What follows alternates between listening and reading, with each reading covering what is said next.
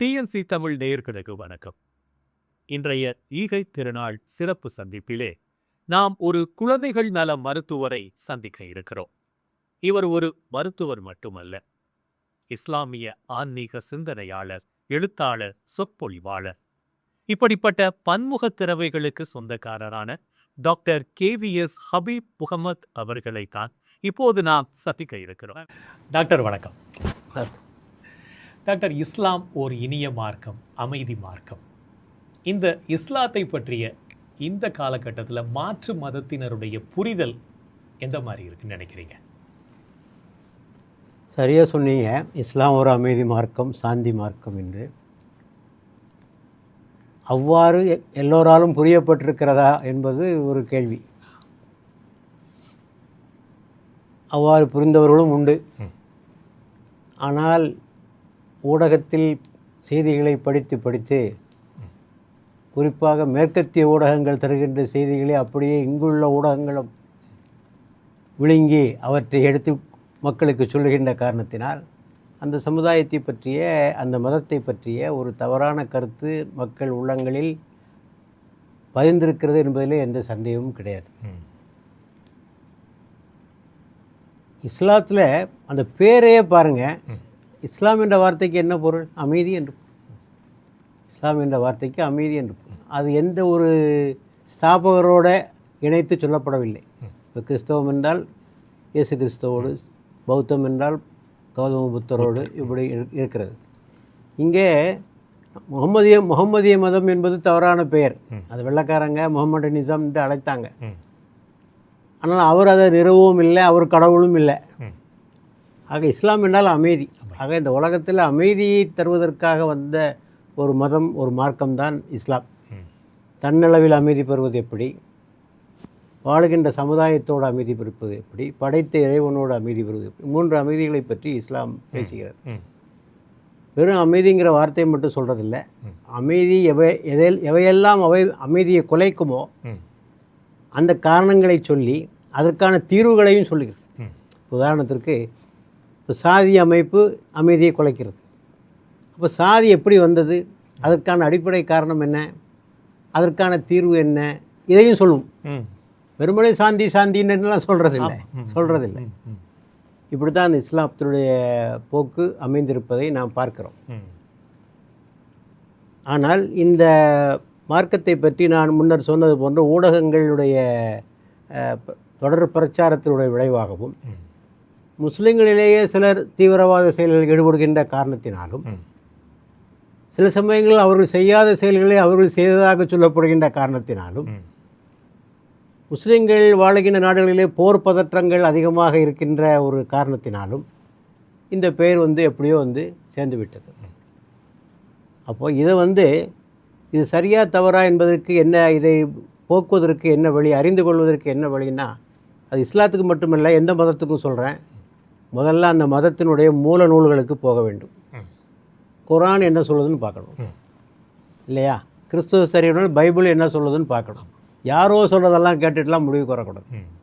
ஆக அந்த மதத்தினுடைய அடிப்படை கோட்பாடுகள் என்ன, அதை பற்றி அந்த மதத்தினுடைய மூல நூல் என்ன சொல்லுகிறது, அதனுடைய ஸ்தாபகர் என்ன சொல்லுகிறார், இதையெல்லாம் படிக்கணும். அப்புறமாக அந்த மதத்தினுடைய வரலாற்றையும் கொஞ்சம் படிக்கணும். நீண்ட கால தற்போது நடக்கின்ற ஒரு 10 ஆண்டு கால நிகழ்வை வைத்துக்கொண்டு ஒரு மதத்தையோ ஒரு நாட்டையோ ஒரு மனிதரையோ முடிவு செய்வது என்பது சரியல்ல.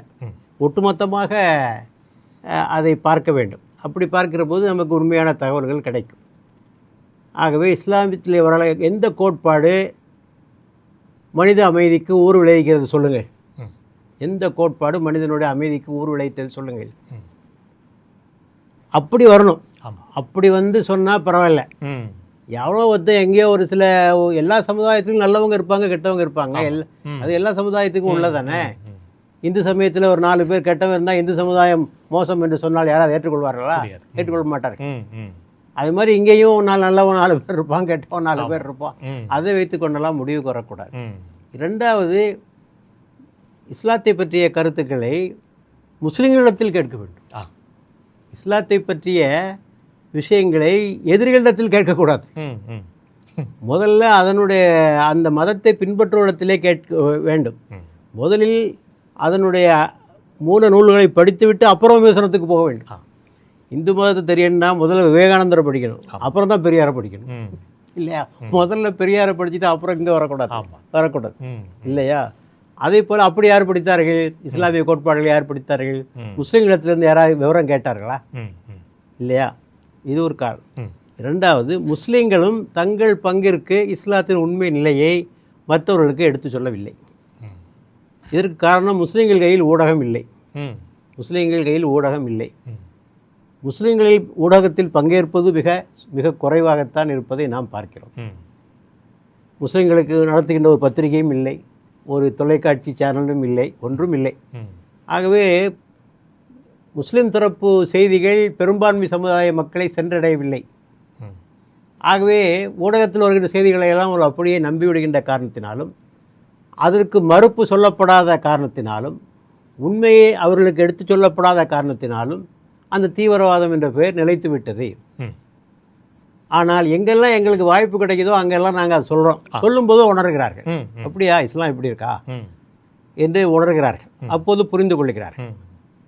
ஆகவே இந்த ரெண்டு பக்கம் நடந்திருக்கு. ஒரு புறம் தொடர்ந்து அவர்கள் பிரச்சாரம் செய்ததும், இன்னொரு புறம் நாங்கள் அதற்கு மறுப்பு சொல்லாமல் அமைதியாக இருந்ததும் இந்த நிலை உருவானதற்கு காரணம். இதில் நீங்கள் இந்த இப்படிப்பட்ட ஒரு பேர், அதாவது அமைதி மார்க்கம் அப்படின்றதுக்கு எதிரான ஒரு புரிதல் வந்ததற்கு காரணம் மேற்கத்திய ஊடகங்கள் அப்படின்னு சொன்னீங்க, அவங்களுடைய அவதூறு பிரச்சாரங்கள் அப்படின்னு சொன்னீங்க. ஏன் மேற்கத்திய ஊடகங்கள் அவ்வாறு செய்கின்றன, செயல்பட்டன? மேற்கத்திய ஊடகங்கள், மேற்கத்தியர்கள், ஊடகங்களை விட்டுடுவோம், மேற்கத்தியர்கள் ஒரு இஸ்லாத்தின் மீது ஒரு காழ்ப்புணர்வு வைத்திருக்கிறார்கள். ஒரு வெறுப்பு அவர்களுக்கு இருப்பது உண்மை.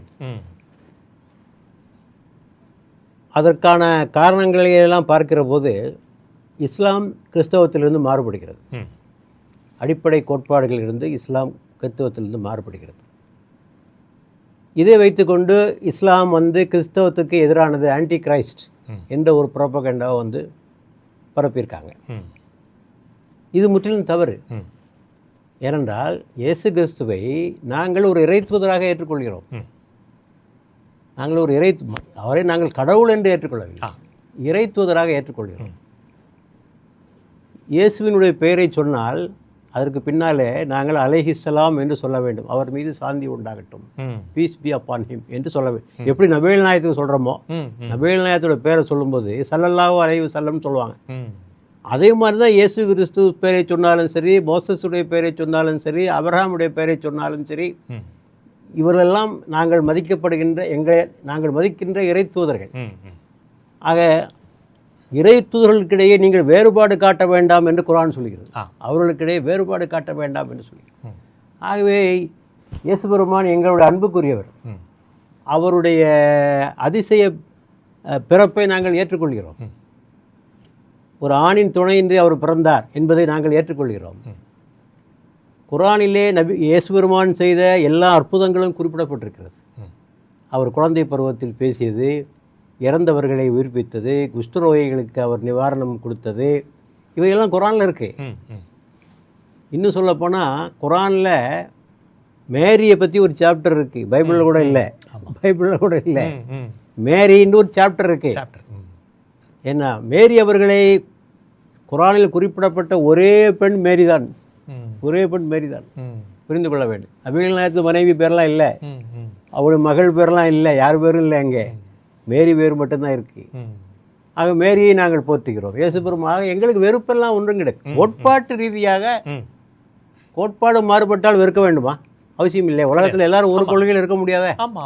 கருத்து வேறுபாடு என்பது மனித இயற்கையினுடைய ஒரு பகுதி. ஒரு மதத்துக்குள்ளே கருத்து வேறுபாடு இருக்கேன். ஒரு மதத்துக்குள்ளே கருத்து வேறுபாடு மோதலுக்கு வழிவகுக்கவில்லை. கருத்து வேறுபாடு அல்ல மோதலுக்கு காரணம். அங்கே உள்ளத்துக்குள்ளே இருக்கக்கூடிய காழ்ப்புணர்வு, பொறாமை, பகைமை உணர்வு, ஆதிக்க மனப்பான்மை, இதெல்லாம் சேர்ந்து தான் இங்கே அவங்கள கொண்டு இப்படி தள்ளி இருக்கு. இது ஒரு காரணம். இந்த நீங்கள் மேற்கத்திய உலகம் இப்படி ஆனது.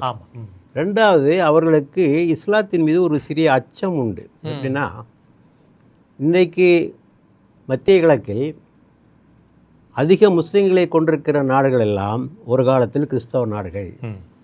ஜோர்டான், சிரியா, பாலஸ்தீன், எகிப்து, ஈராக்கு, இது எல்லாம் ஒரு காலத்தில் துருக்கி, எல்லாம் முழுக்க முழுக்க கிறிஸ்தவ நாடுகள். அவர்கள் அனைவரும் முழுமையாக 100% இஸ்லாத்தை ஏற்றுக்கொண்டார்கள். இது கட்டாயப்படுத்தியெல்லாம் செய்ய முடியாது. ஒரு நாட்டையே மாற்றிட முடியுமா? கட்டாயப்படுத்தி 10 பேரை மாற்றலாம், 1000 பேரை மாற்றலாம். ஒரு முழு நாட்டையுமே வந்து வாளின் முனையில் மாற்றிவிட முடியுமா? ஆகவே இஸ்லாம் வந்தால் நம்முடைய மதத்துக்கு ஒரு அச்சுறுத்தல் என்கிற ஒரு பயமும் மேலை நாட்டு மக்களுக்கு உண்டு. எங்கே கீழே நாட்டு கிறிஸ்தவர்களை இஸ்லாம் தன் பக்கம் இழுத்து கொண்டதோ அதேபோல் மேலை நாட்டுக்கும் இந்த இஸ்லாம் பரவினால் அங்கும் தன்பால் இவர்களை இழுத்துக்கொள்ளும் என்ற ஒரு அச்சம் அவர்களுக்கு எப்போதுமே உண்டு. ஆகவே இஸ்லாம் அங்கே பரவிவிடக்கூடாது என்பதும் அச்சத்திற்கு ஒரு காரணம். இரண்டாவது, அன்றைய சூழ்நிலையில் சில பேரரசுகள், குறிப்பாக ஓட்டமான் எம்பையர், உதுமானிய பேரரசு வேகமாக பரவி ஐரோப்பா வரைக்கும் ஆட்சிக்கு வந்துவிட்டது. ஆகவே முஸ்லீம்கள் இந்த மாதிரியான ஆட்சியை வேகமாக அவர்கள் பரப்பி தங்கள் பக்கம் இழுத்துக்கொள்வார்கள் என்ற ஒரு அச்சமும் இருந்தது. ஆகவே இந்த இஸ்லாத்தை பற்றிய ஒரு தவறான கருத்தை மக்கள் உள்ளங்களில் வலிந்து அவர்கள் விதைத்தார்கள். டான்டே என்று சொல்லக்கூடிய ஒரு அறிஞர் எந்த அளவுக்கு சென்றார் என்று சொன்னால், நபிகள் நாயகம் அவர்கள் நரகத்தினுடைய கடைசி பகுதியிலே இருப்பார் என்று அவர் டிவைன் காமெடி என்ற புத்தகத்தில் எழுதினார். அவ்வளோ வெறுப்பு. 19ஆம் நூற்றாண்டு வரை இந்த நிலைதான். 19ஆம் நூற்றாண்டுக்கு பிறகுதான் சில அறிஞர்கள் ஐரோப்பாவில், தாமஸ் கார்லைல் போன்ற சில அறிஞர்கள் எல்லாம் தோன்றி இஸ்லாத்தினுடைய பார்வையை அந்த ஐரோப்பிய மக்களுக்கு எடுத்துரைத்தார்கள். அப்போது இருந்த அந்த அச்சம் இப்போது வேறு வகையான அச்சம். மீண்டும் இந்த இஸ்லாமிய உணர்வுகள், சக்திகள் பற்றி முன்பு எப்படி உலகத்தை எல்லாம் இவர்கள் ஆட்சி புரிந்தார்களோ, இவருடைய மதம் எப்படி வேகமாக பரவியதோ. என்னால் 100 வருஷம், நீங்கள் நல்லா புரிஞ்சுக்கணும், நபிகள் நாயகம் இறந்து 100 வருஷத்திற்குள் ஸ்பெயினுக்கு இஸ்லாம் வந்து விட்டது, சைனாவுக்கு இஸ்லாம் வந்து விட்டது. 100 வருஷம்தான். ஆக இஸ்லாத்துக்கு அத்தகைய ஒரு ஈர்ப்பு சக்தி உண்டு என்பது அவர்களுக்கு தெரியும். ஆகவே இதை மடக்குவதற்கு ஒரே வழி, அவர்களை பற்றிய தவறான செய்திகளை தொடர்ந்து பிரச்சாரம் செய்தால்தான் இந்த நிலை மாறும் என்று ஒரு வெறுப்புணர்வை தொடர்ந்து அவர்கள் ஏற்றினார்கள். அது பின்னால் ஊடகங்களும் அதை தங்கள் கையில் எடுத்துக்கொண்டது. அடுத்து இன்னொரு காரணம், ஒரு எதிரியை நாம் வீழ்த்த வேண்டும் என்றால், ஒரு சமுதாயத்தை ஒற்றுமைப்படுத்த வேண்டும் என்றால் ஒரு பொது எதிரியை காட்ட வேண்டும். ஒரு காமன் எனிமி காட்டினா தான் எல்லாத்தையும் ஒன்றா சேர்க்க முடியும். இது பொதுவான ஒரு இயல்பிலே உள்ளது இல்லையா? ஆக ஒரு பொது எதிரி, ஒரு காலத்தில் யூதர்கள் எதிரிகளாக காட்டப்பட்டார்கள். ஆக அது பிறகு கம்யூனிஸ்டுகள் ஒரு காலத்தில் எதிரிகளாக காட்டப்பட்டார்கள். இந்த ரெண்டும், கம்யூனிஸ்டும் அவனுடைய செல்வாக்கு அவர்கள் முடிந்து விட்டது ஒரு கட்டத்தில், இப்போது இல்லை. ஆக இப்போ புது எதிரி ஒன்று வேணும். யாரு? யூதர்கள், முஸ்லீம்கள். கடைசியாக முதல்ல யூதர்கள், ரெண்டாவது கம்யூனிஸ்டுகள். உலக நாடுகள் அவங்க முதல்ல எதிரிகள். ஆமாம், சரி. அவங்க முஸ்லீம்களை பொது எதிரியாக, ஒரு காமன் எனிமியாக சித்தரித்து அவர்கள் எழுதி கொண்டே இருக்கிறார்கள். இந்த ஒரு மனப்பான்மை தான் அவர்களுக்கு இந்த இஸ்லாத்தை பற்றிய ஒரு வெறுப்புணர்வு வந்ததற்கான ஒரு காரணமாக இருக்க முடியும். மேற்கத்திய நாடுகள் ஊடகங்களை பற்றி பேசும்போது மேற்கத்திய நாடுகள் இது மாதிரி அவதூறு பிரச்சாரங்களை பரப்பிக்கிட்டு இருக்கு. காரணம், அந்த மதத்தின் மேலான ஒரு பயம். எங்கே வந்து நம்ம நாடு முழுவதும் அந்த மதம் பரவிடுமோ அப்படின்ற ஒரு அச்சம் அப்படின்னு சொன்னீங்க.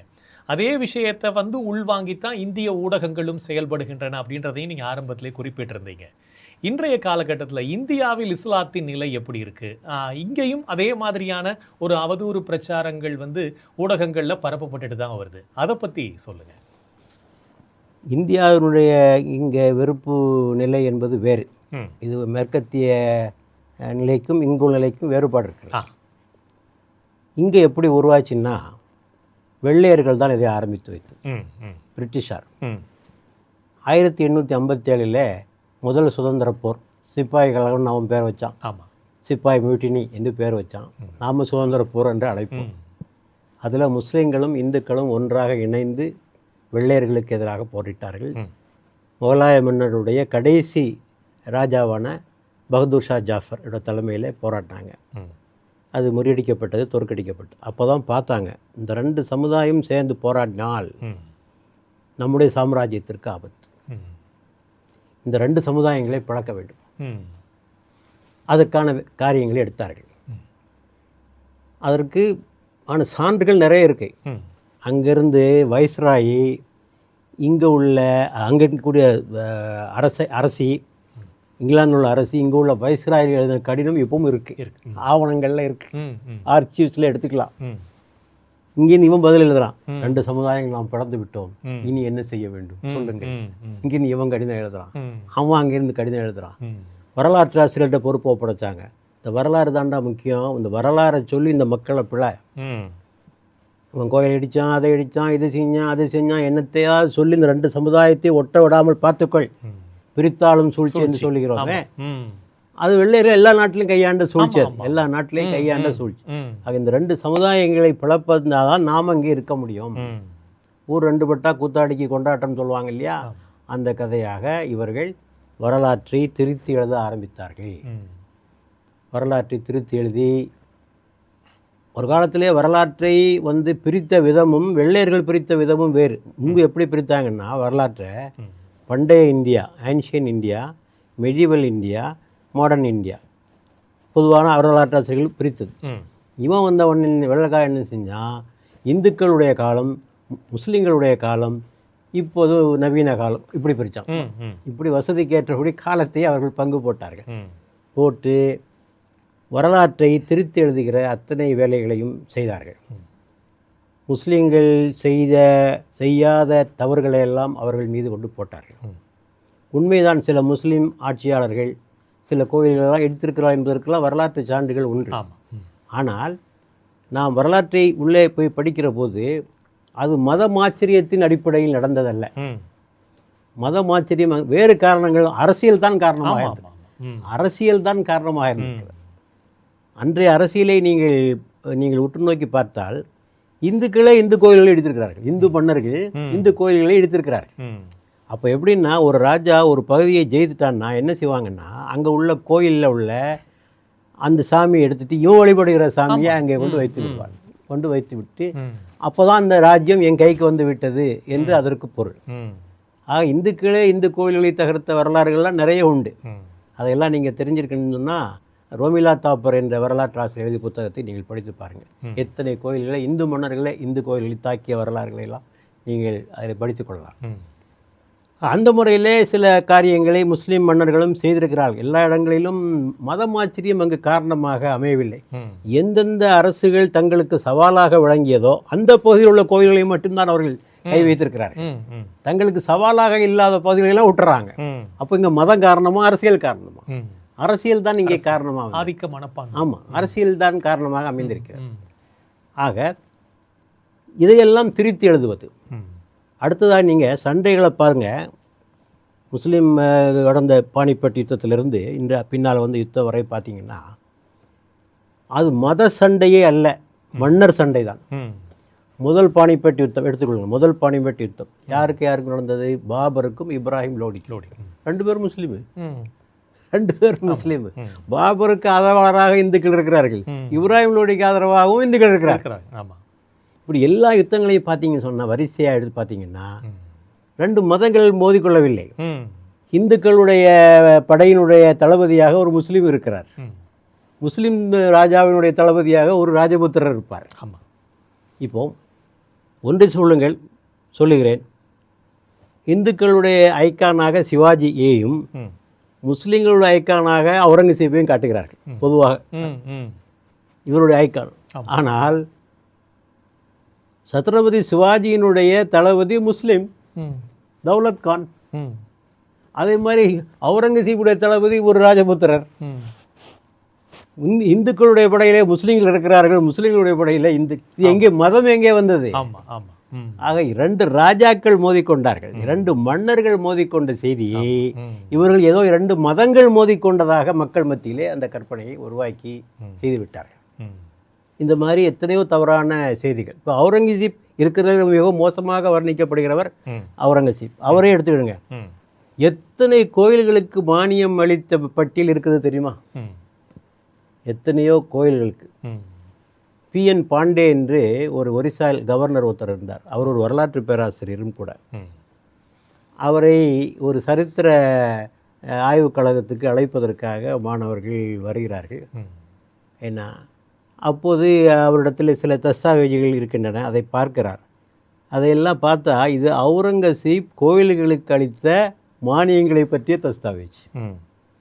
அவருக்கு ஆச்சரியம், அவுரங்கசீப் கோயிலுக்கு மானியம் அளித்தாரா, என்னடா இது என்று சொல்லி பல கோயில்களுக்கு கடிதம் எழுதுகிறார். உங்கள் கோயிலுக்கு கொடுத்தாரா, உங்கள் கோயிலுக்கு கொடுத்தாரா, பெரிய ஒரு பட்டியல் வந்து சேருது அவருக்கு. இத்தனை கோயில்களுக்கு கொடுத்துருக்கிறார். அப்போது கோயில்களை இடிப்பவர் எப்படி மானியம் கொடுப்பார்? ஆனால் அவர் ஒன்றெண்டு தவறு செய்திருக்கிறார் என்பது உண்மை. ஆனால் அது அது மதத்தின் காரணமாக இல்லை, மத காரணம் அல்ல, வேறு காரணங்களுக்காக செய்திருக்கிறார். அதே போல் ஒரு பள்ளிவாசலை இடிச்சிருக்கிறார் கோல்கொண்டாவில். அங்கே ஆட்சி புரிந்தவர் ஒரு முஸ்லீம் மன்னன் தனஷா என்பவன். அவன் என்ன, அவுரங்கசீப் கொடுக்க வேண்டிய கப்பத்தை இவன் வசூலித்து இவன் கீழே புதைச்சி மேலே ஒரு பள்ளிவாசல் கட்டிட்டான். இடுறா அந்த பள்ளிவாசல்ன்ட்டான். ஆக இது மாதிரியான உண்மையான தகவல்களை மக்களுக்கு கொண்டு சேர்க்காமல் அதை ட்விஸ்ட் பண்ணி திருப்பிகளை ஏற்படுத்தி வெள்ளைக்காரங்க அதை செஞ்சாங்க. இவங்க அதை அப்படியே இப்போ உள்ள வகுப்புவாதிகள் பாசிஸ்டுகள் அதை அப்படியே வந்து தொடர்றாங்க. அதை வந்து இங்கே அதை தான் ஒரு பொது எதிரியை காட்ட வேண்டும். ஒரு பொது எதிரியை காட்டினாத்தான் மக்களையே அணிதிரட்ட முடியும். போலரைசேஷன் சொல்கிறோம் இல்லவா, போலரைசேஷன், அணிதிரள்தல். அப்போ ஒரு பொது எதிரியை காட்டினா தான் எல்லாரும் ஒன்றா வந்து சேருவோம். அப்போ அதுக்கு அவர்களுக்கு கிடைத்தது முஸ்லீம்கள். அதை வைத்துக்கொண்டு இந்த வெறியை இந்தியாவில் வெறி உண்டானதுக்கு காரணம் இப்படித்தான் உருவாகியது.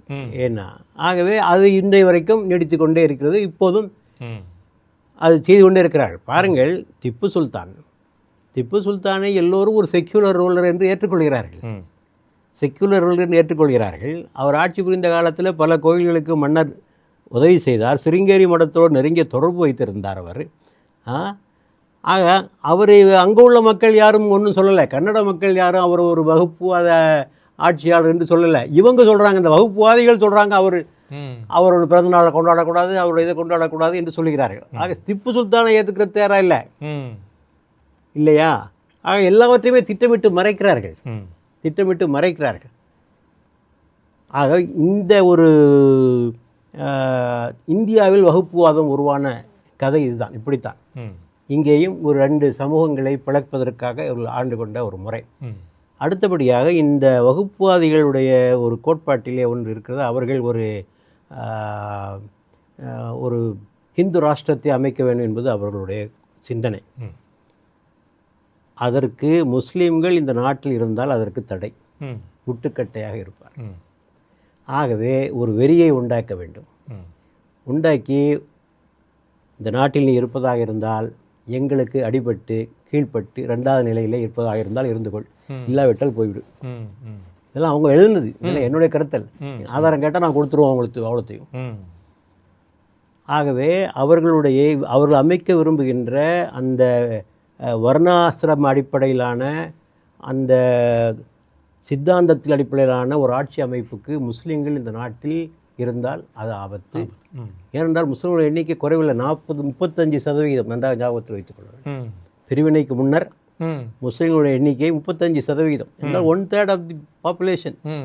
அப்போ இவங்க இருந்தால் இவங்களுடைய பாட்சா அங்கே பலிக்காது. ஆகவே வெறுப்பை உண்டாக்கி அவர்கள் அப்படி பேசி நாடு பிரிவினைக்கு இது முக்கியமான காரணம். நாட்டு பிரிவினை பற்றி முதலாவதாக பேசுறது சாவர்கர். ஜின்னா பேசுனது பின்னால. ஜின்னா 1940 தான் பேசுறாரு. அவர் அதுவரை காங்கிரஸ்காரர், அவர் தீவிர காங்கிரஸ்காரர், அவர் தேசியவாதி. ஏன்னா இப்படியெல்லாம் பேச்சுக்கள்லாம் வந்த போது தான் அவருக்கும் பிரிவினை வேண்டும் என்ற ஒரு கோரிக்கைக்கு அவர் தள்ளப்பட்டார். ஆக இதெல்லாம் சேர்ந்து இந்த நாட்டிலே ஒரு வெறுப்பு நிலையை உருவாக்கி இருக்கிறது என்பதுதான் அதனுடைய அடிப்படை காரணம். இந்த அவதூறு பிரச்சாரங்களுக்கு தனக்கு சாதகமான விஷயங்களை மட்டும் முன்னிலைப்படுத்தி மற்ற விஷயங்களை இருட்டடிப்பு செஞ்சிடுறது அப்படின்றதும் நம்ம இதில் பார்க்க முடியும். இந்திய சுதந்திர போராட்டம், நீங்கள் இந்த மன்னராட்சி பற்றிலாம் பேசிக்கிட்டு இருந்தீங்க. அதன் தொடர்ச்சியாக சுதந்திர போராட்டம், அதில் பிரித்தாளும் சூழ்ச்சி. இந்த சுதந்திர போராட்டத்தில் இஸ்லாமியர்களுடைய பங்களிப்பு எந்த அளவுக்கு ஒரு பவர்ஃபுல்லாக இருந்துச்சு? அதாவது ஒரே ஒரு மேற்கோள், குஷ்வந்த் சிங் பிரபலமான ஒரு எழுத்தாளர், நீங்கள் கேள்விப்பட்டிருக்கீங்க. அவர் சொல்லுவார், இந்திய சுதந்திர போரில் முஸ்லீம்கள் தங்கள் விகிதாச்சாரத்தை விட அதிக அளவுக்கு பங்களித்திருக்கிறார்கள். டிஸ்ப்ரொபோர்ஷனேட் டு தேர் பாப்புலேஷன், இல்லையா? அந்த ஒரு வரியே போதுமானது. ம் ம் இன்னொன்று டெல்லி இல்லை கேட்டு ஒன்று இருக்குது. அந்த என்ன கேட், அந்த கேட்டு பேர் கேட்வே ஆஃப் இந்தியா. இல்லை டெல்லியில் ஒன்று இருக்குல்ல, ஆ India gate. India India gate. Gate ஆ. India gate. India gate. அதில் சுதந்திரத்துக்காக யாரெல்லாம் உயிர் நீத்தார்களோ அவங்களோட பேர் இருக்கு. ம். அதை போய் படிச்சுக்கணும். ம் ம் அதில் எத்தனை பெர்சன்ட் சொல்லால் 40% முஸ்லீம்கள் இருப்பதாக சொல்கிறார்கள். ம் சரி விட்டுருவோம், 25 வச்சுக்குவோம். ம் 25% வச்சுக்குவோம் இல்லையா? சுதந்திரத்துக்காக போரிட்டவர்கள் இருக்கிறார்கள். இந்திய தேசிய காங்கிரஸிலே பிரபலமாக இருந்தவர்கள் முஸ்லீம்கள். எல்லாருக்கும் தெரிந்த பேர் மௌலானா அபுல் கலாம் ஆசாத். ம் அதில் முக்கியமான ஒரு பங்காற்றினார். அப்புறமா எல்ஐ காந்தி என்று அழைக்கப்படுகின்ற அவர் முக்கியமான ஒரு பங்கை ஆற்றினார். ம் இப்படி பெரிய ஒரு பட்டியலை நான் உங்களுக்கு தர முடியும். ஆ பெரிய பட்டியலை தர முடியும். அதே மாதிரி சுபாஷ் சந்திர போஸ், ம் அவருடைய படையில் அதிகமாக இருந்தவரும் முஸ்லீம்கள் தான். முஸ்லீம்கள் தான் அதிகமான ஒரு பங்களிப்பு செய்தவர்கள். ம் ஏன்னா அந்த மாதிரி அவருக்கு பொருளாதார உதவி தாராளமாக கொடுத்தவர்கள் முஸ்லீம்கள் தான். ம் காந்தி இங்கே வர்றார் தமிழ்நாட்டுக்கு. திருச்சி ஜமால் முகமது காலேஜ் இருக்குல்ல, அதை நிறுவியவர் ஜமால் முகமது அவர் பேர். ம் வெள்ளை எண்ணெய் வெளியேறு போராட்டம். அப்போ பணம் கொடுங்கன்னு கேட்குறாரு. ஜமால் முகமது என்ன செய்தார்? கையெழுத்து போட்டு ஒரு பிளாங்க் செக்கை காந்திகிட்ட கொடுத்தார். ம் நீங்கள் எவ்வளோ வேணாலும் எழுதிவிடுங்க. ம் ம் ஜமால் முகமது பெரிய பணக்காரர். ம் காந்தி ஆச்சரியப்பட்டு போனார். ம் என்னுடைய அன்னை நேசிக்கின்ற பிர்லா கூட இதை செஞ்சதில்லை, ம் நீங்கள் என்ன இப்படி கொடுக்குறீங்க ம் சொல்லி காந்தி 1 lakh என்று அவரே எழுதினார்.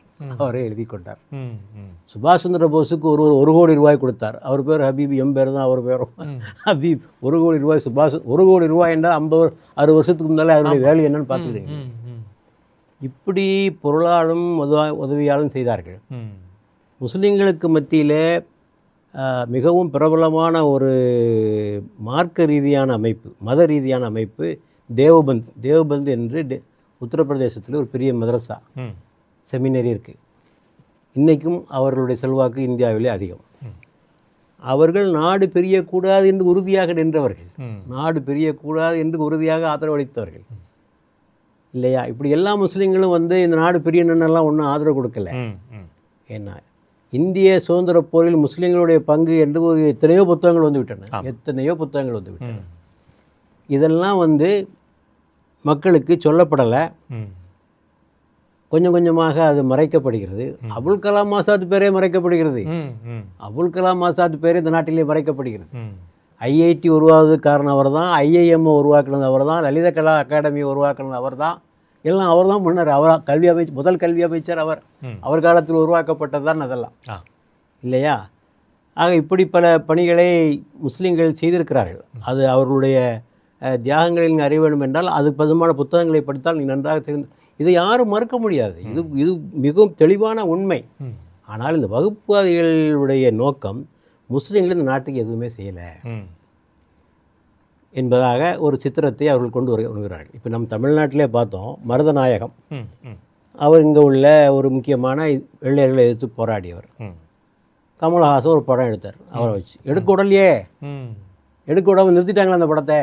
ஏன் முஸ்லீம் ஒருத்தர் தேசிய விடுதலைக்காக போராடினார் என்ற படம் வந்தால் மக்கள் மத்தியிலே முஸ்லீம்களை பற்றிய நல்ல எண்ணம் உருவாகிவிடும் என்ற காரணத்திற்காக அந்த படம் கடைசி வெளிவரவே இல்லை. ம் ஆக திப்பு சுல்தான் இவ்வளவு செய்திருக்கிறார். அவருடைய பெயரை முடக்குகிறார்கள். ம் சிராஜுத் தௌலா வங்காளத்திலே முதலாவதாக சுதந்திரத்துக்காக குரல் கொடுத்தது சிராஜுத் தௌலா. ம் அவருடைய பெயர் மறைக்கப்படுகிறது. இப்படி இந்திய நாட்டிற்காக போராடிய ரத்தம் சிந்திய முஸ்லீம்களுடைய பெயர்கள் எல்லாம் ம் மறைக்கப்படுவதை நாம் பார்க்கிறோம். ம் கதர் அணிந்தன்னு சொல்கிறாங்கல்ல, அந்த பேர் எப்படி வந்தது தெரியுமா உங்களுக்கு? ம் மௌலானா முகமது அலி ஜின்னா அலி சகோதரர்ன்ற ஒரு பேர் இருந்தாங்க. சுதந்திர போராட்டம் படிச்சிருப்பீங்க, ம் ம் அலி பிரதர்ஸ். ம் அதில் ஒருத்தர் மௌலானா முகமது அலி. ம் அவர் வீட்டுக்கு காந்தி போகிறார். ம் அந்த அம்மா ராட்டையில் நூல் நூற்று ஒரு துணியை உருவாக்குனாங்க. ம் காந்தி அவங்க வீட்டுக்கு போகும்போது காந்தியோட கழுத்தில் அதை போட்டு, இதை நான் உங்களுக்கு கதராக அணிவிக்கிறேன். கதர் என்றால் கண்ணியம் என்று பொருள். ஓ கதர் என்றால் கண்ணியம், இதே உங்களுக்கு கண்ணியம். அப்படி தான் வந்தது அந்த கதர் என்ற பெயர். ம் ம் இப்படி நிறைய வரலாற்று குறிப்பு என்னால் சொல்ல முடியும், ஆ ஆ சரி நிறைய சொல்ல முடியும். ம் ஆகவே சுதந்திர போராட்டத்திலே வந்து இந்துக்களோடு இணைந்து போராடியவர்கள், முஸ்லீம்கள் ஒன்றாக இணைந்து போராடியவர்கள். ஆகவே இதில் குறை சொல்ல முடியாது. ஆனால் இவற்றையெல்லாம் சொன்னால் இந்துக்கள் மத்தியிலே முஸ்லீம்களை பற்றி நல்ல பெயரல்லவா வந்துவிடும். ஆகவே இவற்றை திட்டமிட்டு மறைக்க வேண்டும், அந்த செய்தி மக்களுக்கு போகாதபடி பார்த்து கொள்ள வேண்டும் என்று பாடா புத்தகத்திலிருந்து அதை நீக்கி கொண்டே இருக்கிறார்கள். காந்தியே என்ன பாடுபடுத்தியிருக்கான் பாருங்க. காந்தி இறந்தார்னு எழுதலாம், கொல்லப்பட்டார்னு எழுத மாட்டான். காந்தி இறந்தார். இன்னும் யாரோ ஒருத்தர் அன்னை படித்த உண்மையே பொய்யோ தெரியாது, காந்தி தற்கொலை செய்து கொண்டார்னு கூட புத்தகத்தில் எழுதியிருக்கான்.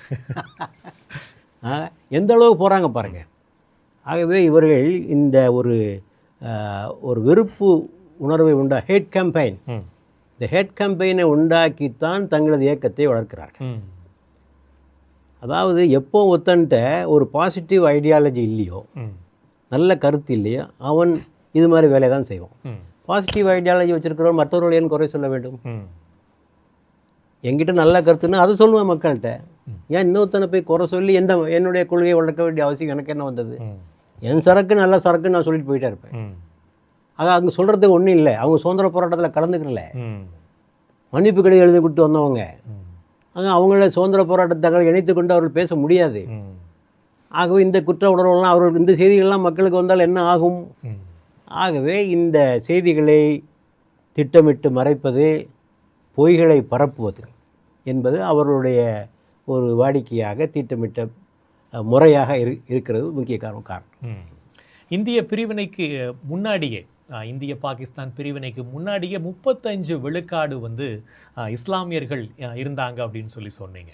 அப்படி இருந்தப்ப ஒரு சுதந்திர போராட்டத்தில் அவங்களுடைய பங்களிப்பு பெரிய அளவில் நிச்சயமாக இருந்திருக்கும். ஏன்னா நிறைய மாவீரர்களை பற்றி நாம் வந்து வரலாற்றில் படிக்கிறோம். இஸ்லாமிய மன்னர்கள், பேரரசர்கள், அவங்க வழியாக வந்த அதை தொடர்ந்து வந்தவர்கள், திப்பு சுல்தான் போன்றவர்கள், இந்த மாதிரி பெரிய வீரர்கள் இருந்திருக்கிறாங்க, மாவீரர்கள் இருந்திருக்கிறாங்க. நிச்சயமாக அவங்களுடைய பங்களிப்பு சுதந்திர போராட்டத்தில் இருந்திருக்கும் அப்படின்றது எல்லாருக்குமே தெரியும். இருந்தாலும் இருட்டடிப்பு செய்யக்கூடிய ஒரு காரியங்கள் வந்து காலங்காலமாக நடந்துட்டு வருது. இப்படிப்பட்ட ஒரு சூழலும் அதே மாதிரி இன்றைய காலகட்டத்தில் இஸ்லாம் அமைதி மார்க்கம் அப்படின்றதுக்கு ஒரு எதிரான பரப்புரைகளையும் முறியடிக்கிறதுக்கு இஸ்லாம் எப்படிப்பட்ட நடவடிக்கைகளை மேற்கொண்டு வருது? சரியாக சொல்வதாக இருந்தால் செய்ய வேண்டிய நடவடிக்கைகளை செய்யவில்லை என்று நான் சொல்லுவேன். இப்போது கருத்தை கருத்தால் சந்திக்க வேண்டும், அறிவை அறிவால் சந்திக்க வேண்டும். அப்போது அவங்க மக்கள் மத்தியில் பாடப்புத்தகங்கள் வாயிலாக, அவர்கள் நடத்துகின்ற பள்ளிக்கூடங்கள் வாயிலாக, சாகாக்கள் வாயிலாக, பொதுக்கூட்டங்கள் வாயிலாக, ஊடகங்கள் வாயிலாக என்னென்னலாம் ஆயுதங்கள் கிடைக்குமோ அத்தனையும் பயன்படுத்தி திட்டமிட்டு ஒரு பிரச்சாரத்தை மேற்கொண்டு வெற்றியும் பெற்றிருக்கிறார். அது கட்டமைக்கப்பட்ட பிரச்சாரம், உண்மை இல்லை. எப்படியும் அவர்கள் வெற்றி, ஆட்சியில் உட்கார்ந்துனா வெற்றி தானே. இல்லை, இப்போ முஸ்லீம்களும் இதே அணுகுமுறைத்தான் கையாள வேண்டும். முஸ்லீம்கள் இந்த பொய்யை முறியடிப்பதற்காக இவர்கள் ஊடகங்களை உருவாக்க வேண்டும், பத்திரிகைகளை உருவாக்க வேண்டும், உண்மை செய்திகளை மக்களிடத்திலே கொண்டு சேர்க்க வேண்டும். சிரமமான பணிதான், நீண்ட நாட்கள். இன்றைக்கு வரைக்கும் பாருங்கள், முஸ்லீம்கள் நடத்துகிற ஒரு தினப்பத்திரிகை இருக்கிறதா? இல்லை. தினப்பத்திரிகை கொடுங்க, வாரப்பத்திரிகையாக இருக்கா? ஒன்றும் கிடையாது, இல்லையா? கேரளாவில் கேரள முஸ்லீம்கள் ஒரு பத்திரிகை ஆரம்பிச்சிருக்காங்க, மாத்தியமம். அதனுடைய பேர் மாத்தியமம். அது மலையாளத்தில் 3வது இடத்துல இருக்குது. முதல் இடம் மாத்ருபூமி, 2வது மலையாள மனோரமா, 3வது இந்த மாத்தியமம் என்ற பத்திரிகை. அந்த பத்திரிகை வந்து அதில் 20% முஸ்லீம் அல்லாதவர்கள் படிக்கிறார் அந்த பத்திரிகை. கல்ஃபில் அதுதான் பெரிய பத்திரிகை. 19 எடிஷன் இருக்குது. 19 எடிஷன் இருக்குது. தலையங்கத்துக்காக பல வருஷங்கள் பரிசு வாங்கியிருக்கிறார். சிறந்த தலையங்கத்துக்கான பரிசு வாங்கியிருக்கிறார்கள், லே அவுட்டுக்கான பரிசு வாங்கியிருக்கிறார்கள். இப்போ அது அங்கே தாக்கத்தை ஏற்படுத்துது. மொத்த பத்திரிகைக்காரன் பயப்படுறான், என்னத்தையா எழுதுனா நாளைக்கு இவன் எழுதுவான், இவன் பத்திரிகையில் உண்மையை எழுதுவான், நம்ம வண்டவாளம் வெளிச்சத்துக்கு வந்துடும். அப்போ ஊடகத்தால் தான் சந்திக்க முடியும், முள்ளை முள்ளால் தான் எடுக்க வேண்டும். அப்போ அது அங்கே பலன் அளிச்சிருக்கு. அதே மாதிரி இன்னொன்று நடத்துகிறாங்க, மீடியா ஒன் என்று ஒரு தொலைக்காட்சி இருக்குது. அதுவும் பிரபலமான ஒன்றாக. அதை தான் முடக்குவதற்கு இன்றைய அரசு முயற்சி செய்து கோர்ட்டில், ஹைகோர்ட்டில், கேரளா ஹைகோர்ட்டில் கேஸ் போட்டது. காரணம் என்னன்னு கேட்டான், ஒரு சீல்டு கவரில் போட்டு, இந்த கவரில் இருக்குது ஜட்ஜி, நீங்கள் பார்த்துங்க, நான் இதை வெளியில் சொல்ல முடியாது அப்படின்னா ஜட்ஜி படித்து பார்த்துட்டு ஓகே பேன், மீடியா ஒன் பேன்ட்டான், தடை செய்யப்பட்டு. இவங்க நேராக சுப்ரீம் கோர்ட்டுக்கு போனாங்க. சுப்ரீம் கோர்ட்டை பார்த்தா இந்த முறையே சரியில்லை, இது என்ன சீல்டு கவர், குற்றவாளிக்கு தான் செய்த குற்றம் தெரிய வேண்டும், அவனுக்கு சொல்லாமல் எனக்கு மட்டும் சொல்லி என்ன செய்ய, நீதிபதிக்கு மட்டும் தெரிஞ்சு என்ன செய்ய, இந்த முறையே சரியில்லைன்னு தள்ளுபடி பண்ணி திருப்பியும் அந்த மீடியா ஒன்றே திறந்து விட்டார். அப்போ பயப்படுறாங்க பாருங்கள், மீடியா ஒன்றுக்கு பயப்படுறாங்க பாருங்கள். இன்றைக்கி அல் ஜசீராவுக்கு பயப்படுறான் எல்லாம் ஒன்றும். உலகத்தில் பிபிசி உட்பட எல்லாமே அல் ஜசீராவுக்கு பயப்படுகிறது. இவர்கள் திட்டமிட்டு மறைத்த அத்தனை செய்திகளையும் அந்த ஊடகம் வெளியே கொண்டு வந்தது இல்லையா? அப்போது அந்தந்த துறையை அந்தந்த முறையின் மூலமாகத்தான் நாம் சந்திக்க வேண்டும். ஆக முஸ்லீம்கள் அதில் அதிகமாக வந்து கவனம் செலுத்தணும், ஊடகத்தில் பங்கேற்கணும், இவர்களே சொந்தமாக ஊடகங்களை நிர்வாகம் செய்ய வேண்டும், மக்களுக்கு செய்திகளை கொண்டு சேர்க்க வேண்டும். அத்தோடு இந்த மத நல்லிணக்கத்துக்காகவும் மதசார்பற்ற நோக்கத்திற்காகவும் மனித உரிமைகளுக்காகவும் போராடுகின்ற பல குழுக்கள் இருக்கின்றன. பலர் அவங்களோட சேர்ந்துக்கணும், அவர்களோடு இணைந்து கொண்டு அது கொஞ்சம் செய்கிறாங்க. இணைந்து கொண்டு, ஏன்னா முஸ்லீம்கள் மட்டும் தனியாக இந்த பணியை செய்ய முடியாது, அது என்றைக்கு பெரும்பான்மையோடு சேர்ந்து செயல்படுகின்ற போது தான் அது வெற்றி பெறும். அது எந்த நாட்டுக்கும் பொருந்தும். சிறுபான்மையினர் எவ்வளவுதான் சொன்னாலும் கூட அது ஓரளவுக்கு தான் வரும், அதுக்கு மேலே அது போகாது. பெரும்பான்மையினரின் ஒன்றாக இணைந்து கொள்கிற போது அது பலம் பெறுகிறது. என்னுடைய நண்பர் ஒருவர் சிதம்பரத்தில் இருக்கிறார். அவர் ஒரு மனிதனில், அவர் ஒரு கம்யூனிஸ்ட். அவர் அங்கே ஒரு குழு வச்சுருக்கிறார், நல்லிணக்க குழு மாதிரி ஏதோ ஒரு பேர். அப்போ அங்கே பள்ளிவாசல் கட்ட விட மாட்டாங்க. அவர் என்ன செய்கிறாரு, 4 இந்துக்களையும் அழைத்து கொண்டு போலீஸ் ஸ்டேஷனுக்கு போகிறார். போலீஸுக்காரன் கேட்குறான், நீ ஏன் வர்ற, பாய் விஷயம் தானே, நீ ஏன் வர? வருவோம் சார், வருவோம், நாங்களும் வருவோம். நியாயத்துக்கு வந்தா என்ன? பயப்படுறான் போலீஸ். அது பெரும்பான்மை சமுதாயம் குரல் கொடுக்கிற போது ஆளும் வர்க்கம் பயப்படுது, சிறுபான்மை சமுதாயத்தை அலட்சியப்படுத்தி விட்டு விடுகிறது. ஆகவே முஸ்லீம்கள் இதை தனியாக செய்ய முடியாது. ஆகவே பெரும்பான்மை சமுதாயத்தை இணைத்து கொண்டு அவர்களோடு கலந்து தான் இந்த காரியத்தை செய்ய வேண்டும். ஆனால் நல்வாய்ப்பாக இந்தியாவில் அதற்காக குரல் கொடுக்கின்ற இந்துக்கள் ஏராளம் இருக்கிறார், கொஞ்சம் இல்லை, நிறைய பேர் இருக்கா. இப்போ குஜராத் கலவரத்தில் முஸ்லீம்களுக்காக வாதாடியவர்கள் இந்து வக்கீல்கள், அவர்கள்லாம் ஒரு நாளைக்கு 2 லட்சம் 3 லட்சம் கோர்ட்டில் வர்றதுக்கு ஃபீஸ் வாங்குகின்றவர்கள் இலவசமாக முஸ்லீம்களுக்கு வாதாடி கொடுத்தார்கள்.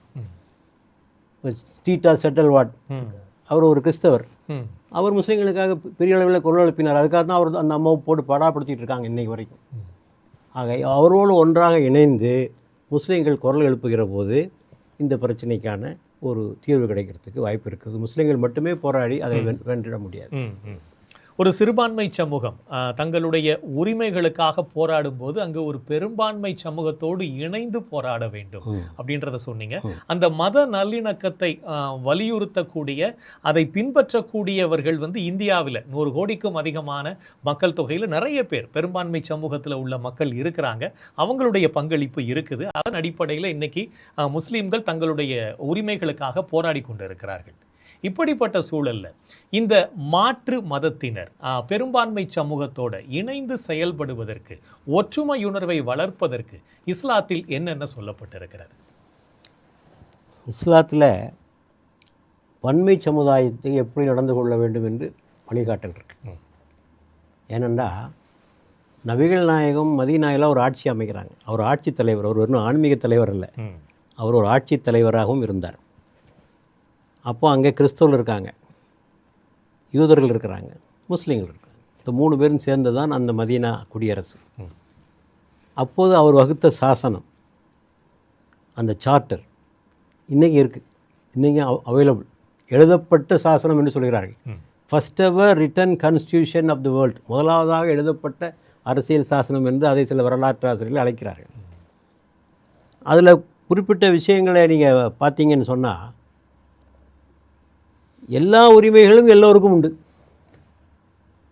இப்போ கிறிஸ்தவர்களுக்கு நபிகள் நாயகம் எழுதி கொடுக்குறாங்க. ஒரு இது நஜரான் என்று ஒரு பகுதி இருக்குது அரபில், அந்த கிறிஸ்தவர்கள் நபிகள் நாயகத்தை சந்திக்க வர்றாங்க. அதில் எழுதி கொடுக்குறாங்க கைப்பட, அவருக்கு எழுத தெரியாது, அந்த சாட்டில் எழுதப்படுகிறது, எந்த பிஷப்பும் பதவியிலிருந்து அகற்றப்பட மாட்டார், எந்த தேவாலயங்களும் அகற்றப்பட மாட்டாது, அவரவர்களுடைய சமயப்படி அவர்கள் வாழ்ந்து கொள்ளலாம். அவருடைய வருகின்ற பிரச்சனைகளுக்கு அவருடைய சமய வேதப்படியே தீர்ப்பளிக்கப்படும். அந்தந்த சமயங்களின் படிதான் அது தீர்ப்பளிக்கப்படும் என்று அவர் சொல்கிறார். நபிகள் நாயகத்திலிருந்து யூதர்கள் ஒரு வழக்கை கொண்டு வராங்க. வழக்கை கொண்டு வந்து தீர்ப்பு கேட்குறாங்க. அப்போ அவர் சொன்னார், உங்கள் பொசஸை கொண்டு வாங்க, தோரா எடுத்துகிட்டு வாங்க. தோராவில் என்ன சொல்லியிருக்கோ அதுபடி தான் நான் தீர்ப்பு கொடுப்பேன். எங்கள் மதப்படி உங்களுக்கு தீர்ப்பு சொல்ல மாட்டேன். நீ பின்பற்றுகின்ற வேதத்தின் அடிப்படையில் தான் நான் இந்த தீர்ப்பை சொல்வேன். அப்போது சமய உரிமையை முதலாவதாக அவர்களுக்குரிய உரிமைகளை வழங்கிட வேண்டும். வழிபாட்டு உரிமைகள், சமய உரிமைகள், வணிக உரிமைகள் எல்லாவற்றையும் வழங்கிவிட வேண்டும். நல்லிணக்கத்துக்கு இதுதான் மிக முக்கியமான ஒரு காரணம். நபிகள் நாயகம் காட்டிய முறை இது பிற்காலத்திலும் இது தொடரப்பட்டது. அவர்கள் காலத்தில் மட்டுமல்ல, பிற்காலத்திலும் இஸ்லாம் வேகமாக பரவுகிறது, கிறிஸ்தவர்களை வெற்றி கொண்டும் பரவுகிறது. என்றாலும் எந்த சர்ச்சும் இடிக்கப்படவில்லை. நன்றாக வரலாற்றை புரிந்து கொள்ள வேண்டும். எகிப்திலே கட்டப்பட்டிருக்கின்ற பெரிய பெரிய சர்ச்சுகள் எல்லாம் முஸ்லீம்கள் ஆட்சி காலத்தில் கட்டப்பட்டவை தான். ஒரு சின்ன வரலாற்று உதாரணத்தை சொல்கிறேன். ஜெருசலத்தை முஸ்லீம்கள் வெற்றி கொள்கிறார்கள். அப்போ அங்கே கிறிஸ்தவர்கள் வாழ்ந்து கொண்டிருக்கிறார்கள் ஜெருசலத்தில். அப்போ கலீஃபாவாக இருந்த உமர் ஜெருசலத்துக்கு போகிறார், சுற்றி பார்க்குறதுக்காக போகிறார். அவர் சர்ச்சில் சுற்றி பார்த்துட்டு இருக்கார். அப்போது தொழுகை நேரம் வந்துடுது. அப்போ அங்கே உள்ள கிறிஸ்தவ பாதிரிகள் சொல்கிறாங்க, ஐயா நீங்கள் இங்கேயே தொழுதுக்கலாம், எங்களுக்கு ஒன்றும் ஆட்சேபனை இல்லை, தொழுதுக்கிடுங்க அப்படின்னு. உமர் சொன்னார், நான் தொழ மாட்டேன். எதுக்காக தெரியுமா? எனக்கு ஒன்றும் ஆட்சேபனை இல்லை, இங்கே தொழுக எனக்கு ஒன்றும் ஆட்சேபனை இல்லை. ஒருவேளை நான் இங்கே தொழுதால் பிற்காலத்தில் வர்ற முஸ்லீம்கள் சொல்வார்கள், இது உமர் தொழுதாரியா, இது பள்ளிவாசல் தாயா, எங்ககிட்ட கொடுத்தோன்னு கேட்பான் என்று சொல்லிவிட்டு சர்ச்சை விட்டு வெளியே சென்று ஒரு பாயை விரித்து அங்கே தொழுதார். அவர் தொழுத இடத்துல ஒரு பள்ளிவாசல் கட்டப்பட்டது. அது இப்போ இருக்குது, உமர் மஸ்ஜித் என்று அதுக்கு பேர். நான் போயிருந்தேன் 3 வருஷத்துக்கு முன்னால் ஜெருசலத்துக்கு போயிருந்தேன். சரி, இது இயேசு உயிர்ப்பித்த இடம் சர்ச்சும் அந்த உமர் பக்கத்தில் ஒரே சுவரில் இருக்கு. ஒரே சுவர் தான் ரெண்டுக்கும். ஏன்னா ஆக இந்த மாதிரியான உரிமைகளை இஸ்லாம் அவர்களுக்கு கொடுத்தது. முஸ்லீம்கள் ஆண்டு கொண்டிருக்கின்ற போது ஒருவர் வந்து கேட்டார், கிறிஸ்தவர்கள் அவர்களுடைய ஊர்வலம் போகிறார்கள், அவருடைய சிலுவைகளை எடுத்துக்கொண்டு இதற்கு அனுமதி வேண்டும் என்று கேட்டபோது அந்த முஸ்லீம் ஆட்சியாளர் சொன்னார், எந்த தடையும் கிடையாது, அவர்கள் சங்கு ஊதி கொண்டு போகலாம் என்று. ஒன்று மட்டும் செய்யுங்க, பள்ளிவாசல் கிடக்கிற போது தொழுகை நேரமாக இருந்தால் அந்த கொஞ்சம் நிறுத்திட்டு அப்புறம் போயிட்டு, இந்த ஒரு வேண்டுகோள் தான் அவங்கக்கிட்ட நான் நினைக்கிறேன். ஆக எந்த விதமான தடையும் சகல உரிமைகளை கொடுக்காமல் எப்படி ஒற்றுமை வரும்? அமைதி எப்படி வரும்? இல்லையா? பீஸ் அண்ட் ஜஸ்டிஸ் ரெண்டும் 2 sides ஆஃப் எ காயின். ஒரு நாணயத்தினுடைய 2 பக்கங்கள். நீதி இல்லாவிட்டால் அமைதி கிடையாது. நீதியை பறித்து விட்டால் அமைதி எங்கிருந்து வரும்? ஆகவே அவர்களுக்கான எல்லா உரிமைகளையும் வழங்க வேண்டும் என்பது இஸ்லாத்தினுடைய முக்கியமான கோட்பாடு. 2வது, பிற மதங்களை திட்டாதீர்கள், பழித்து பேசாதீர்கள். அப்படி குர்ஆன்ல ஒரு வசனம் இருக்கு, ஒலா தசுப்புல்லதீன யதுஊன மின் தூனில்லாஹ், பிறர் வணங்குகின்ற அல்லாஹ் அல்லாதவற்றை நீங்கள் ஏசாதீர்கள். கருத்து வேறுபாடு இருக்கலாம், நீங்கள் விமர்சனம் பண்ணலாம். விமர்சனம் என்பது வேறு, இழிவுபடுத்துதல் என்பது வேறு. ரெண்டுக்கு வித்தியாசம் இருக்கு. உதாரணத்துக்கு இப்போ நான் கிறிஸ்தவத்தில் திரித்துவ கொள்கை இருக்கு, இஸ்லாத்தில் ஏகத்துவ கொள்கை தான் இருக்கு. நான் விமர்சிக்கலாம், அது வேறு. ஆனால் ஒரு அறிவுபூர்வமாக இருக்க வேண்டும், ஆரோக்கியமாக இருக்க வேண்டும், யாரையும் புண்படுத்தாது இருக்க வேண்டும். அவங்க கேட்டால் கூட ஆமாம் நல்லா தான் சொல்கிறார் அவர், அது ஒன்றும் சொல்கிறதில்ல, ஒன்றும் தப்பில்லையே அப்படின்னு நினைக்கிற மாதிரி தான் அந்த வாதம் அமைந்திருக்க வேண்டுமே தவிர கேலியும் கிண்டலும் நிறைந்து புண்படுத்துகின்ற விஷயத்தில் இருக்கக்கூடாது. ஆகவே ஏசாதீர்கள், அப்படி ஒரு கருத்து. இந்த நாட்டில் கூட முஸ்லீம்கள் ஆட்சி புரிந்தார்களே, எங்காவது இந்து மதத்தை தாக்கி புத்தகங்கள் எழுதியிருக்கிறார்களா? சொல்லுங்கள் பாருங்க. எந்த இஸ்லாமிய அறிஞராவது எழுதியிருக்காங்களா? இந்து மதத்தை கேலி அடித்து புத்தகங்கள் எழுதியிருக்காங்களா? சொல்லுங்கள். அப்படி ஒன்றும் கிடையாது. ஏன்னா அடுத்தது இஸ்லாம் சொல்வது, உங்கள் கொள்கையை மற்றவர்கள் மீது திணிக்காதீர்கள். குர்ஆன் ஆயத் சொல்லுது, லா இக்ராஹ ஃபித்தீன், உங்கள் மார்க்கத்தை மற்றவர்கள் மீது திணிக்காதீர்கள், மார்க்கத்தில் எந்த கட்டாயமும் இல்லை. there is no compulsion in religion. ஆகவே திணிப்பில் இஸ்லாத்தில் நம்பிக்கை கிடையாது. ஒரு கோட்பாட்டை எப்படி திணிக்க முடியும்? ஒரு ஒரு ஆசை காட்டியோ அல்லது அச்சுறுத்தியோ ஒரு கொள்கை எவ்வளோ நாளைக்கு இருப்போம் அதில் இல்லையா? ஆகவே அது போன்ற காரியங்களை நீங்கள் ஒருபோதும் செய்யாது. உங்களிடத்திலே ஒப்படைக்கப்பட்ட ஒரே பணி எடுத்துரைப்பது மட்டுமே. Just convey. குரானில் கன்வேங்கிற வார்த்தை தான் இருக்குது, கன்வெர்ட்டுங்கிற வார்த்தை இல்லை. குரானில் கன்வேங்கிற வார்த்தை இருக்குது, கன்வெர்ட்டுங்கிற வார்த்தை கிடையாது. So your duty is to convey. திருப்பி திருப்பி நபிகள் நாயகத்தை பற்றி குரான் அல்லாஹ் சொல்கிறான். நபியே, உம்முடைய பொறுப்பு என்ன தெரியுமா? தெளிவாக எடுத்துரைப்பது மட்டுமே. தெளிவாக எடுத்துரைப்பது மட்டுமே, கட்டாயப்படுத்துவது உம்முடைய பணி அல்ல.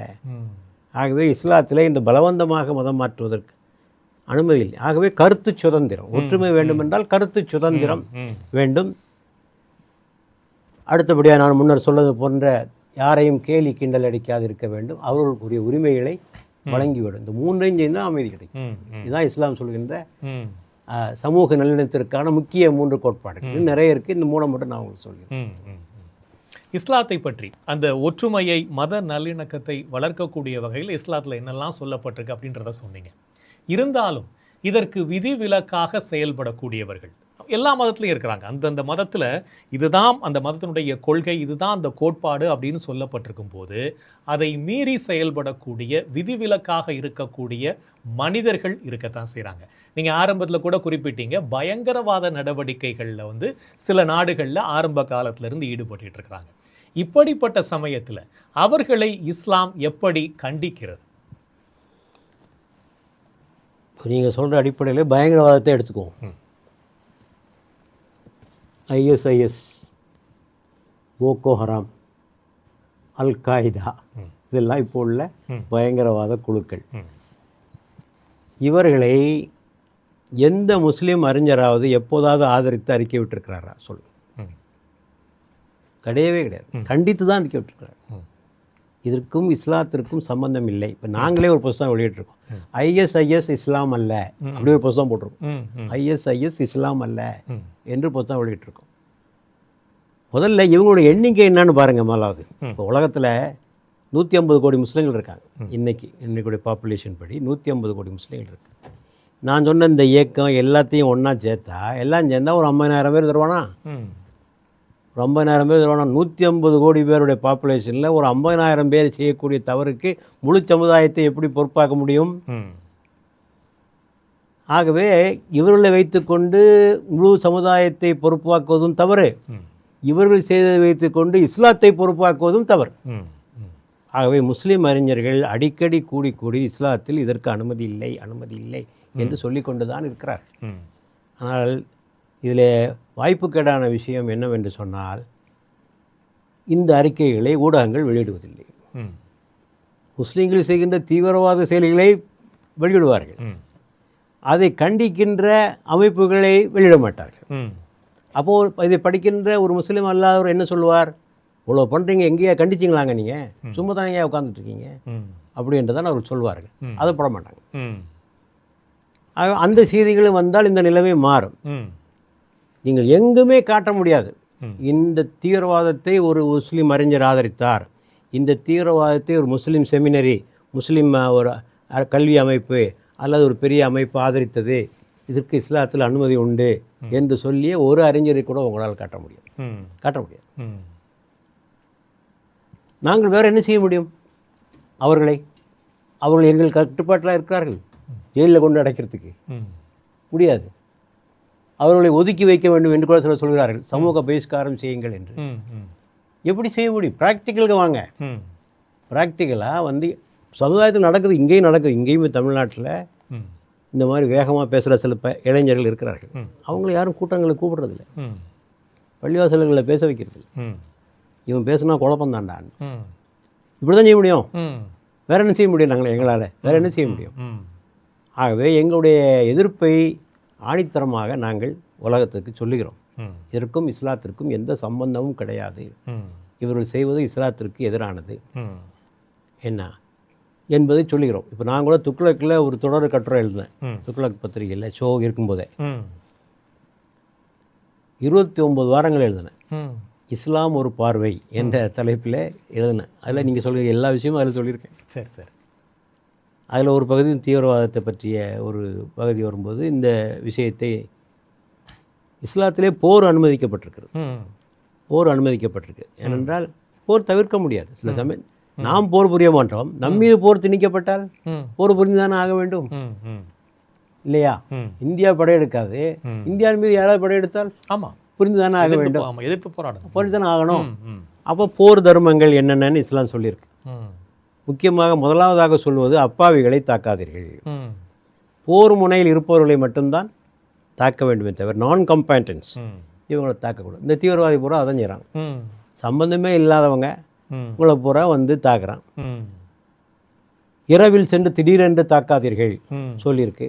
ம், குழந்தைகளை தாக்காதீர்கள், பெண்களை தாக்காதீர்கள், முதியோர்களை தாக்காதீர்கள், ம், துறவியாக இருக்கின்ற துறவு மடங்களிலே இருப்பவர்களை தாக்காதீர்கள், நாச வேலை செய்யாதீர்கள், மரங்களை வெட்டாதீர்கள், பயிர்களை அழிக்காதீர்கள். ம், போர்க்காலத்தில் ம், ம், பொதுவாக ஒரு கருத்து உண்டு, போரிலும் காதலிலும் எந்த தர்மமும் இல்லை என்று. இந்த ரெண்டிலும் எதுவும் செய்யலாம், எந்த பொய்யும் சொல்லலாம். Everything is fair in love and war என்று ஒரு கருத்து உண்டு. ஆனா காதல்னால என்ன பிரச்சனை இருக்குமோ தெரியாது, ஆனா போர்னால வந்து என்ன காதலி வெற்றி பெறுவதற்கு என்ன பொய்யும் சொல்லலாம். அழகில்லாதவளை பார்த்து எவ்வளவு பேரழகியாக இருக்கிறாய் என்று சொல்லலாம் இல்லையா? இதை கூட இஸ்லாம் அனுமதிக்கலை. அந்த மாதிரிலாம் செய்கிறதுக்கு வந்து ஒரு பெண்மணி கொல்லப்பட்டு கிடந்ததை பார்த்த நபிகள்லாம், யார் இந்த பெண்ணை கொன்றது யார்? இஸ்லாத்தில் இதற்கு ஏது அனுமதி உண்டு? யார் இதை செய்தவர் யார் என்று கேட்டார். ஆக இந்த மாதிரியெல்லாம் செய்கிறதுக்கு எந்த ஒரு அனுமதியும் இஸ்லாத்தில் கிடையாது. நியாயமான போர், நியாயமான நீதிக்காக நடக்கின்ற போரிலே இந்த கட்டுப்பாடுகள் எல்லாம் உண்டு. ஆகவே இவர்கள் செய்வதற்கும் இஸ்லாம் சொல்கின்ற போர் தர்மங்களுக்கும் எந்த சம்பந்தமும் கிடையாது. முழுக்க இவர்கள் இஸ்லாத்தை மீறுகிறார்கள். முழுக்க இஸ்லாத்தை மீறிதான் இந்த காரியங்களை செய்கிறார்கள். முடிந்தவரை நாங்கள் அதை கண்டித்து கொண்டு தான் இருக்கிறோம், இல்லை என்று யாரும் சொல்ல முடியாது. இஸ்லாத்தில் வந்து கன்வே அப்படின்னு தான் சொல்லியிருக்கே ஒழிய கன்வெர்ட் அப்படின்னு இல்லை அப்படின்னு சொன்னீங்க. இதன் அடிப்படையில் இந்த இஸ்லாத்தை தவறாக புரிந்து கொண்டு அந்த மத பயங்கரவாதத்தை வந்து இந்த பயங்கரவாத அமைப்புகள் காலங்காலமாக செஞ்சுட்டு வராங்க. அதை ஒரு பக்கம் நீங்கள் கண்டிச்சிட்டு இருக்கிறீங்க. இதில் வந்து போரை பற்றி பேசும்போது இப்போ சமகாலத்தில் நடந்துகிட்டு இருக்கக்கூடிய தற்போது நடந்து கொண்டிருக்கக்கூடிய இந்த போரை பற்றி நம்ம பேசி ஆகணும். ஈரான், இன்னொரு பக்கம் அமெரிக்கா, இஸ்ரேல், இந்த போர் நடந்து கொண்டு இருக்கிறது. அதுவும் குறிப்பாக இந்த ரமலான் இந்த காலகட்டத்தில் நடந்து கொண்டு இருக்கிறது. இதில் பாதிக்கப்படக்கூடிய நாடுகளும் இஸ்லாமிய நாடுகளாக வளைகுடா நாடுகளாக இருக்கிறாங்க.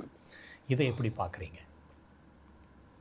இப்போது 3 நாடு வருது நீங்கள் சொல்கிறதில்ல. America, Israel, Iran. ஒன்று ஒன்றா பார்க்கணும். அமெரிக்கா உலகத்தின் தாதாவாக இருக்க விரும்புகிறது. ஒரு கருத்து உண்டு, உலகம் அமெரிக்காவின் பையில், சட்டை பையில், அமெரிக்காவோ இஸ்ரேலின் சட்டை பையில். இஸ்ரேலின் சட்டை, இஸ்ரேல் என்ன சொல்லுதோ அதையெல்லாம் செய்து கொடுப்பது அமெரிக்கா. இப்போ அதான் நடந்துட்டு. இப்போ அமெரிக்கர்களே ஓப்பனாக ஒத்துக்கிறாங்க. இப்போ ரிசைன் பண்ணியிருக்கிறாரு அந்த கவுண்டர் டெரரிசம் இதனுடைய தலைவர் கென்ட் என்பவர். நேற்று முந்தானால் ரிசைன் பண்ணியிருக்கு. அவர் சொன்ன ஒரே காரணம் இதுதான், நீங்கள் இஸ்ரேலுக்கு பயந்து கொண்டு தான், இஸ்ரேல் கொடுத்த அழுத்தத்தின் காரணமாகத்தான் ட்ரம்ப் இந்த போரிலே குதித்தார். நாங்கள் எவ்வளவோ சொன்னோம், ஈரானுக்கும் நமக்கும் என்ன பிரச்சனை? ஈரான் நமக்கு எந்த வகையில் ஆபத்து? அங்கே எத்தனையோ 1000 மைல்களுக்கு அப்பால் இருக்குது அந்த ஈரான். ஈரானுக்கு நமக்கு என்ன சம்பந்தம்?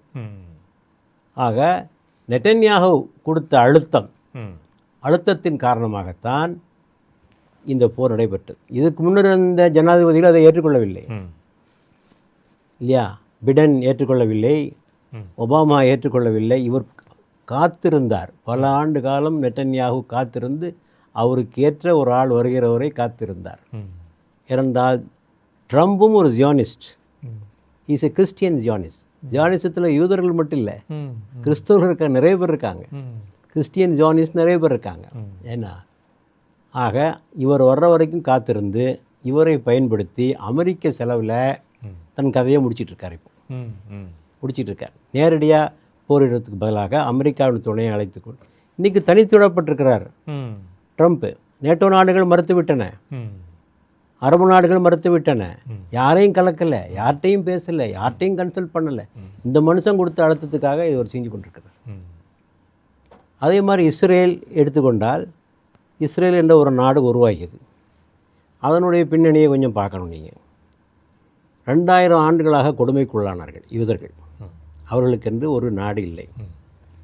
ஐரோப்பாவில் உள்ள கிறிஸ்தவர்கள் யூதர்களை வெறுத்தார்கள். இயேசு பெருமானை அவர் கொண்டவர்கள் யூதர்கள் என்ற ஒரு வெறுப்பு அவருடைய மனதிலே ஆழமாக இருந்தது. ஆக ஒரு நாடே இல்லாமல் உலகம் போராக அவர்கள் அலைக்கழிந்தார்கள்.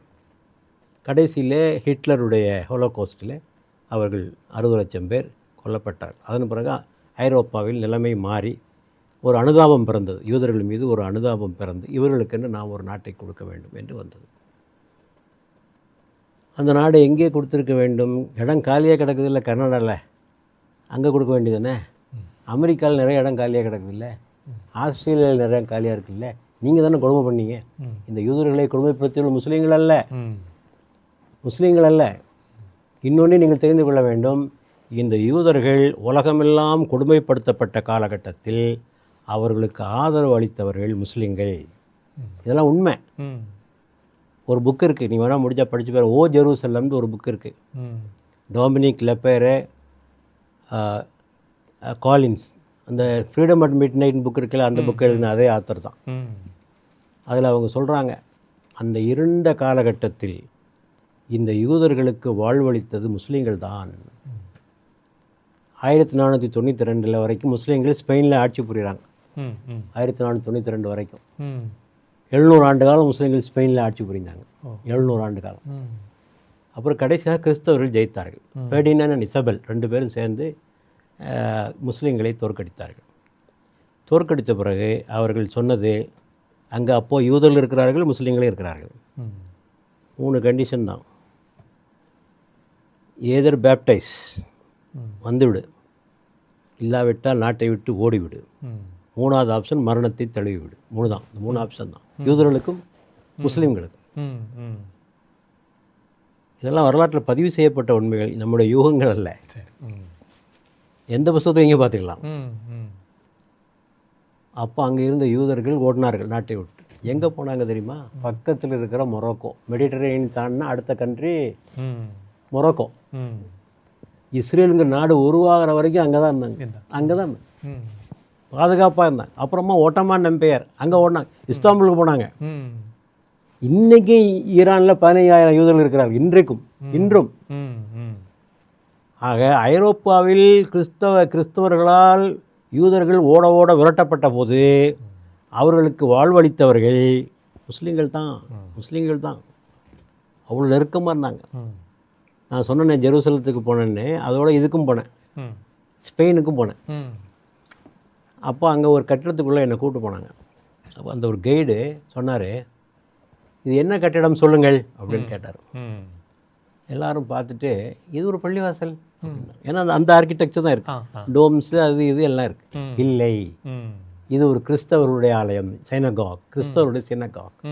எல்லாரும் ஆச்சரியப்பட்டாங்க, என்னங்க? ஆம், கிறிஸ்தவர்களுக்கும் முஸ்லீம்களுக்கும் யூதர்களுக்கும் அவ்வளோ நெருக்கமான உறவு இருந்தது. முஸ்லீம்கள் கட்டிடக்கலையில் சிறந்தவர்கள். ஆகவே இந்த யூதர்கள் தங்களுடைய சினகாகை கட்டுகின்ற பொறுப்பை யார்கிட்ட ஒப்படைச்சாங்கன்னா இஸ்லாமியர்கள் ஒப்படைச்சாங்க. அவங்க வடிவத்தில் கட்டிட்டாங்க, இவங்களும் ஏற்றுக்கிட்டாங்க அதை. அப்போ எவ்வளோ நெருக்கமாக இருந்திருக்காங்கன்னு பார்த்துக்கங்க. ஆக முஸ்லீம்கள் ஒன்றும் யூதர்களுக்கு ஜென்ம பகைவர்கள் அல்ல, கிறிஸ்தவர்களுக்கும் அப்படித்தான். குர்ஆனில் நீங்கள் பார்க்கலாம், கிறிஸ்தவர்களையும் யூதர்களையும் புகழ்ந்து பேசுகின்ற வசனங்கள் உண்டு.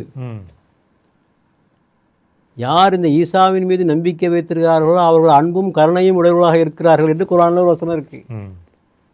ஆக இந்த யூதர்கள்லாம் வெறுக்கலை. யூதர்களை கொடுமைப்படுத்துறது பூரா ஐரோப்பிய கிறிஸ்தவர். அப்போ அவங்க கனடாலேயே அங்கேயே கொடுத்துருக்கணும். இவங்க எதுக்கு கொண்டு பாலஸ்தீனத்தில் ஒன்று கொடுக்குறாங்க? இப்போ இன்றைக்கி இருக்கிறாங்களே பாலஸ்தீனத்தில் இருக்கக்கூடிய யூதர்கள், இவர்கள்லாம் முன்னால் அங்கே வாழ்ந்தவர்களா? இவர்கள் வெள்ளையர்கள்ல. அங்கே ஏது வெள்ளையன்? பாலஸ்தீனத்தில் ஏதையா வெள்ளையன்? அது அரபு நாடு. கிறிஸ்தவர்களும் அரபுக்கள் தான், யூதர்களும் அரபுக்கள் தான். எல்லாரும் அரபி தான் பேசிட்டு இருந்தாங்க. அங்கே ஏது? இப்போ எல்லாம் இருக்கிற பூரா வெள்ளைக்காரன். எங்கெங்கே உள்ள வெள்ளைக்காரன் கொண்டு நாங்கள் ஒன்று குடியேற்றி வச்சுருக்கோம். அந்த நாட்டுக்கு அவர்களுக்கு எந்த சம்மந்தமும் கிடையாது. வலுக்கட்டாயமாக அங்கிருந்து கொண்டு வந்து இங்கே கொண்டு திணித்து எண்ணிக்கையை பெருக்கியிருக்கிறார்கள். சரி ஒரு நாடு உருவாயிடுச்சு வச்சுக்கிடுவோம். 48 ஐக்கிய நாடு சபை தீர்மானத்தின் மூலமாக இஸ்ரேல் என்ற ஒரு நாடு உருவாகி அவர்களுக்கு எல்லைகளை வகுத்து கொடுக்குது. இதுதான் உன் எல்லை என்று பிரித்து அதோடு நிற்கலாம்ல. என்ன செஞ்சான்? 1967 6 டே வார், 6 நாள் யுத்தம் என்ற ஒரு யுத்தம் நடந்தது. அந்த யுத்தத்தில் எகிப்தினுடைய கோலான் சினாய் தீபகற்பம், சிரியாவினுடைய கோலான் ஹைட்ஸ், ஜோர்டானினுடைய மேற்கு கரை, ஜெருசலம் எல்லாத்தையும் கைப்பற்றிக்கிட்டோம். இப்போ அவங்க எழுத இருக்காது. கைப்பற்றியது மட்டுமல்லாமல் அங்கிருந்த பாலஸ்தீனர்களை அங்கே விட்டு வெளியேற்றினார்கள். 8 லட்சம் பேரை வெளியேற்றினாங்க. சொந்த தாயகத்தை விட்டு இன்றைக்கும் வெளியேற்றி கொண்டிருக்கிறார்கள். இன்றைக்கும் மேற்கு கரையில் செட்டில்மெண்ட் என்ற பேரில் அங்கே உள்ள குடிமக்களை வெளியேற்றி, இது எங்கள் வீடு தான், பைபிளில் எங்களுக்கு வாக்களிக்கப்பட்ட பூமி, it is a promised land, கடவுள் எங்களுக்கு வாக்களிச்சிருக்கிறாரு அப்படி என்று சொல்லி அங்கே போய் குடியேறாங்க. இருக்கிறவனை விரட்டி விட்டு, என்றைக்கு எவனா ஒருத்தன் தன்னுடைய தாயகத்தை தன்னை விரட்டப்பட்டால் என்றைக்காவது மறப்பான் அவன். தமிழ்நாட்டில் வச்சுக்கணும், திடீர்னு ஒரு ஆள் வரான், எங்கேருந்தோ ஒருத்த வந்து, நாங்கள் தான் ஏன் முன்னால் அங்கே இருந்தோம், நாங்கள் தான் முன்னால் இருந்தோங்க, இப்போ நீ வந்திருக்க, காலி பண்ணு சொன்னால் எப்படி இருக்கும்? விட்டுருவோமா? இப்போ அந்த மக்கள் விடுவார்களா? தங்களுடைய தாயகத்தை காக்க அவர்கள் வீரதீரமாக போராடுகிறார்கள். ஆக இந்த உலகம் அதை கண்டுகொள்ளவில்லை. இந்த உலகம் கண்டுகொள்ளவில்லை, அமைதியாக இருந்தது. இவ்வளோ கொடுமைகள் செஞ்சுட்டு இருக்காங்க. நீ அங்கே போய் பார்க்கணும், என்ன அநியாயம் நடந்துகிட்டு இருக்குன்று இல்லையா? அவர்களுக்கென்று எந்த உரிமைகளும் கிடையாது, எந்த உரிமையும் கிடையாது. தண்ணீர் வேணுன்னா அவன்கிட்ட தான் கேட்கணும், மின்சாரம் வேணுன்னா அவன்கிட்ட தான் கேட்கணும், விமான பயணம் செய்யணும்னா அவன்கிட்ட தான் கேட்கணும். ஒரு இஞ்சி அவர்களுடைய உத்தரவு இல்லாமல் எதுவும் நகராது. தனது சொந்த தாயகத்திலே ஒருவன் இப்படி ஆக்கப்பட்டால் எப்படி இருப்பார்கள் அந்த மக்கள்? அவ்வளோ அமைதியாக இருக்கணும்னு எதிர்பார்க்குறீங்களா நீங்கள்?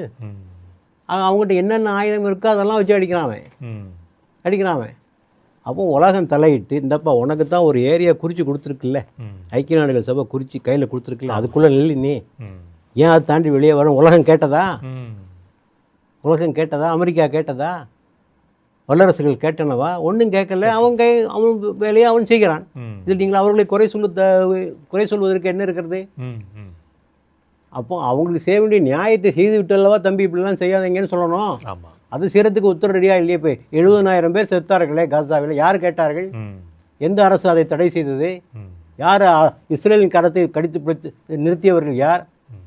அவர்கள் மீது சாங்ஷன் போட்டிருக்கலாம்ல, பொருளாதார தடைகளை விதித்து நெருக்கடியில் ஒன்று தான் அவங்க கொஞ்சம் குறைச்சிருப்பான்ல.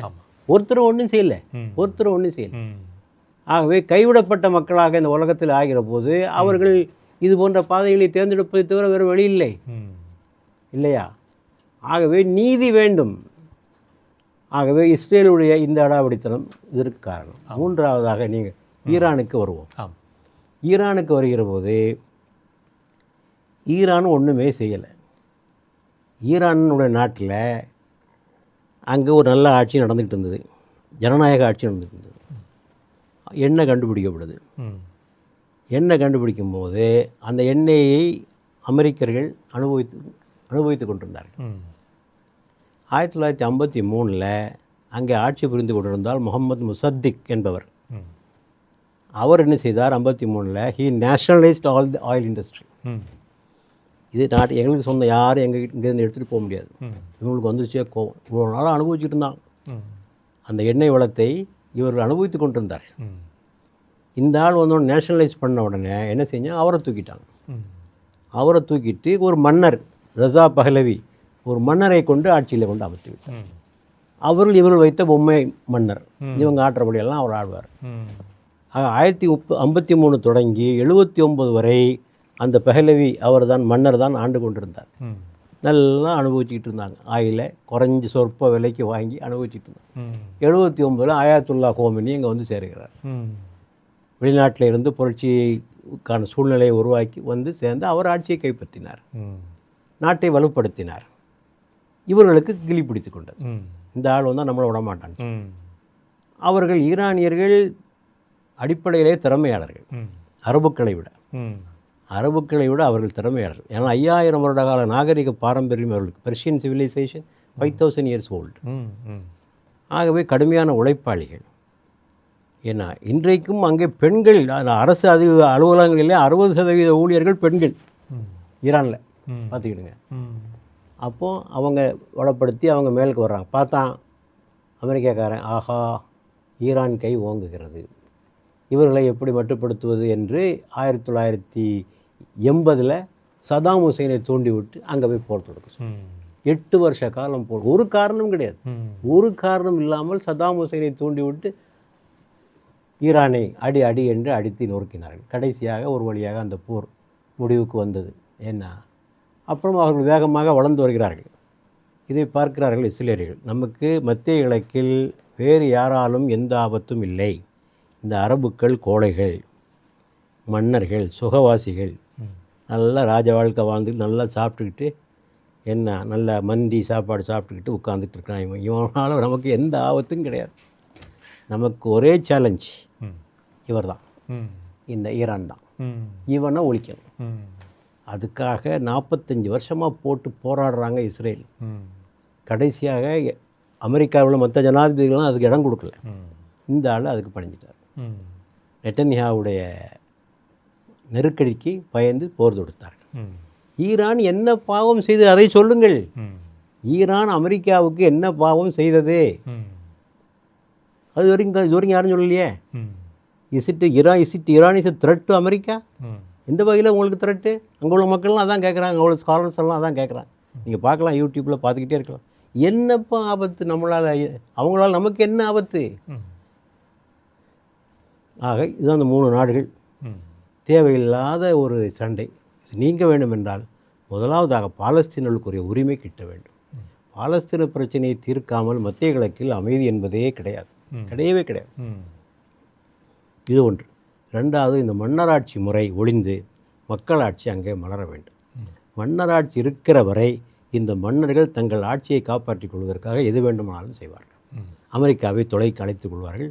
தங்கள் நாட்டில் அமெரிக்க தளங்களை அமைப்பதற்கு அனுமதி கொடுப்பார்கள். எல்லாவற்றையும் அவர்கள் செய்து கொண்டே இருப்பார்கள். ஆக இது இருக்க வேண்டும். மூன்றாவது, அமெரிக்கா தன்னுடைய வாளை சுருட்டி கொண்டு சும்மா இருக்க வேண்டும். எப்படி ரஷ்யா இருக்கோ, எப்படி சைனா இருக்கோ, அது மாதிரி நீ உன் வேலையை பார்த்துட்டு போயேன். ஏன் உலகத்துக்கெல்லாம் ஏன் சட்டம் பிள்ளையா இருக்குன்னு சொல்லி நீ ஆசைப்படுறேன்? வீணாக அமெரிக்க மக்களுடைய வரிப்பணத்தை எல்லாம் இப்படி கொண்டு கொட்டி டாலர் மில்லியன் ட்ரில்லியன் டாலர்களை கொட்டி இப்படி வீணாக்க வேண்டும். அந்த நாட்டிலே ஏழைகள்னு இருக்காங்க, அந்த நாட்டிலே வீடு இல்லாதவங்க நிறைய பேர் இருக்காங்க. அதையெல்லாம் விட்டுவிட்டு இந்த நாடுகளை அழிப்பதிலும் பிற நாடுகளோடு சண்டை போடுவதிலும், வெனிசுலாவுக்கு போய் அவனை தூக்கிட்டு வருது, இப்போ கியூபாவுக்கு போய் அவன் நிற்கிறான், கிரீன்லாண்டை தூக்கிட்டு வரும். எதுக்குப்பா அவனுக்கு இந்த வேலை? இந்த ஒரு நாட்டில் இல்லாத செல்வமா? ஏன் இதையெல்லாம் செய்ய வேண்டும்? ஆக இந்த சர்வாதிகாரத்தை, இந்த ஏகாதிபத்தியத்தை, யூனிபோலார் வேர்ல்டுன்னு சொல்கிறாங்களே, யூனிபோலார் வேர்ல்டு, ஒருமுகப்பட்ட ஒரு அமைப்பு, எல்லாம் என்கிட்ட தான் இருக்கணும், உலகமே நான் சொல்கிறபடி தான் நடக்கணும், இந்த எண்ணம் அமெரிக்காவுக்கு மாற வேண்டும். இப்படியெல்லாம் மாறாத வரைக்கும் உலகத்தில் ஒன்றும் அமைதிக்கிட்டு. எப்படி ஒரு எண்ணெய் வளம் அதை அனுபவித்தவர்கள் தொடர்ந்து நாம் ஒரு சுகமான வாழ்க்கை வாழ்வதற்கு அதிலிருந்து வரக்கூடிய ஒரு பெரிய வருமானத்தை பயன்படுத்திக்கணும் அப்படின்னு ஒரு நாடு நினைக்குது. இன்னொரு புறம் ராஜபோக வாழ்க்கை வாழக்கூடிய மன்னராட்சி நடைபெறக்கூடிய நாடுகள், அங்கே மக்களாட்சி மலர வேண்டும் அப்படின்னு நீங்கள் சொல்கிறீங்க. இந்த எண்ணெய் வளத்திற்காக இன்று மத்திய கிழக்கு நாடுகளில் பெரிய அளவில் போர்கள், வளைகுடா நாடுகள், அந்த ஒட்டியுள்ள நாடுகளில் போர்கள் நடந்துகிட்டு இருக்கு. இப்படி ஒரு உலகளாவிய ஒரு பார்வையில் இஸ்லாம் பல்வேறு இப்படி உலகளாவிய ஒரு பார்வையில் இஸ்லாம் பல்வேறு இடங்களில் பிரச்சனைக்கு உள்ளாகிக்கிட்டு தான் இருக்குது. அதே ஒரு சூழலில் இந்தியாவில் இஸ்லாம் இன்றைய காலகட்டத்தில் எப்படி இருக்கிறது? என்ன மாதிரியான பிரச்சனைகள் எல்லாம் சந்தித்து கொண்டிருக்கிறது? இஸ்லாத்துக்கு ஒன்றும் பிரச்சனை இல்லை, முஸ்லிம்களுக்கு தான் பிரச்சனை.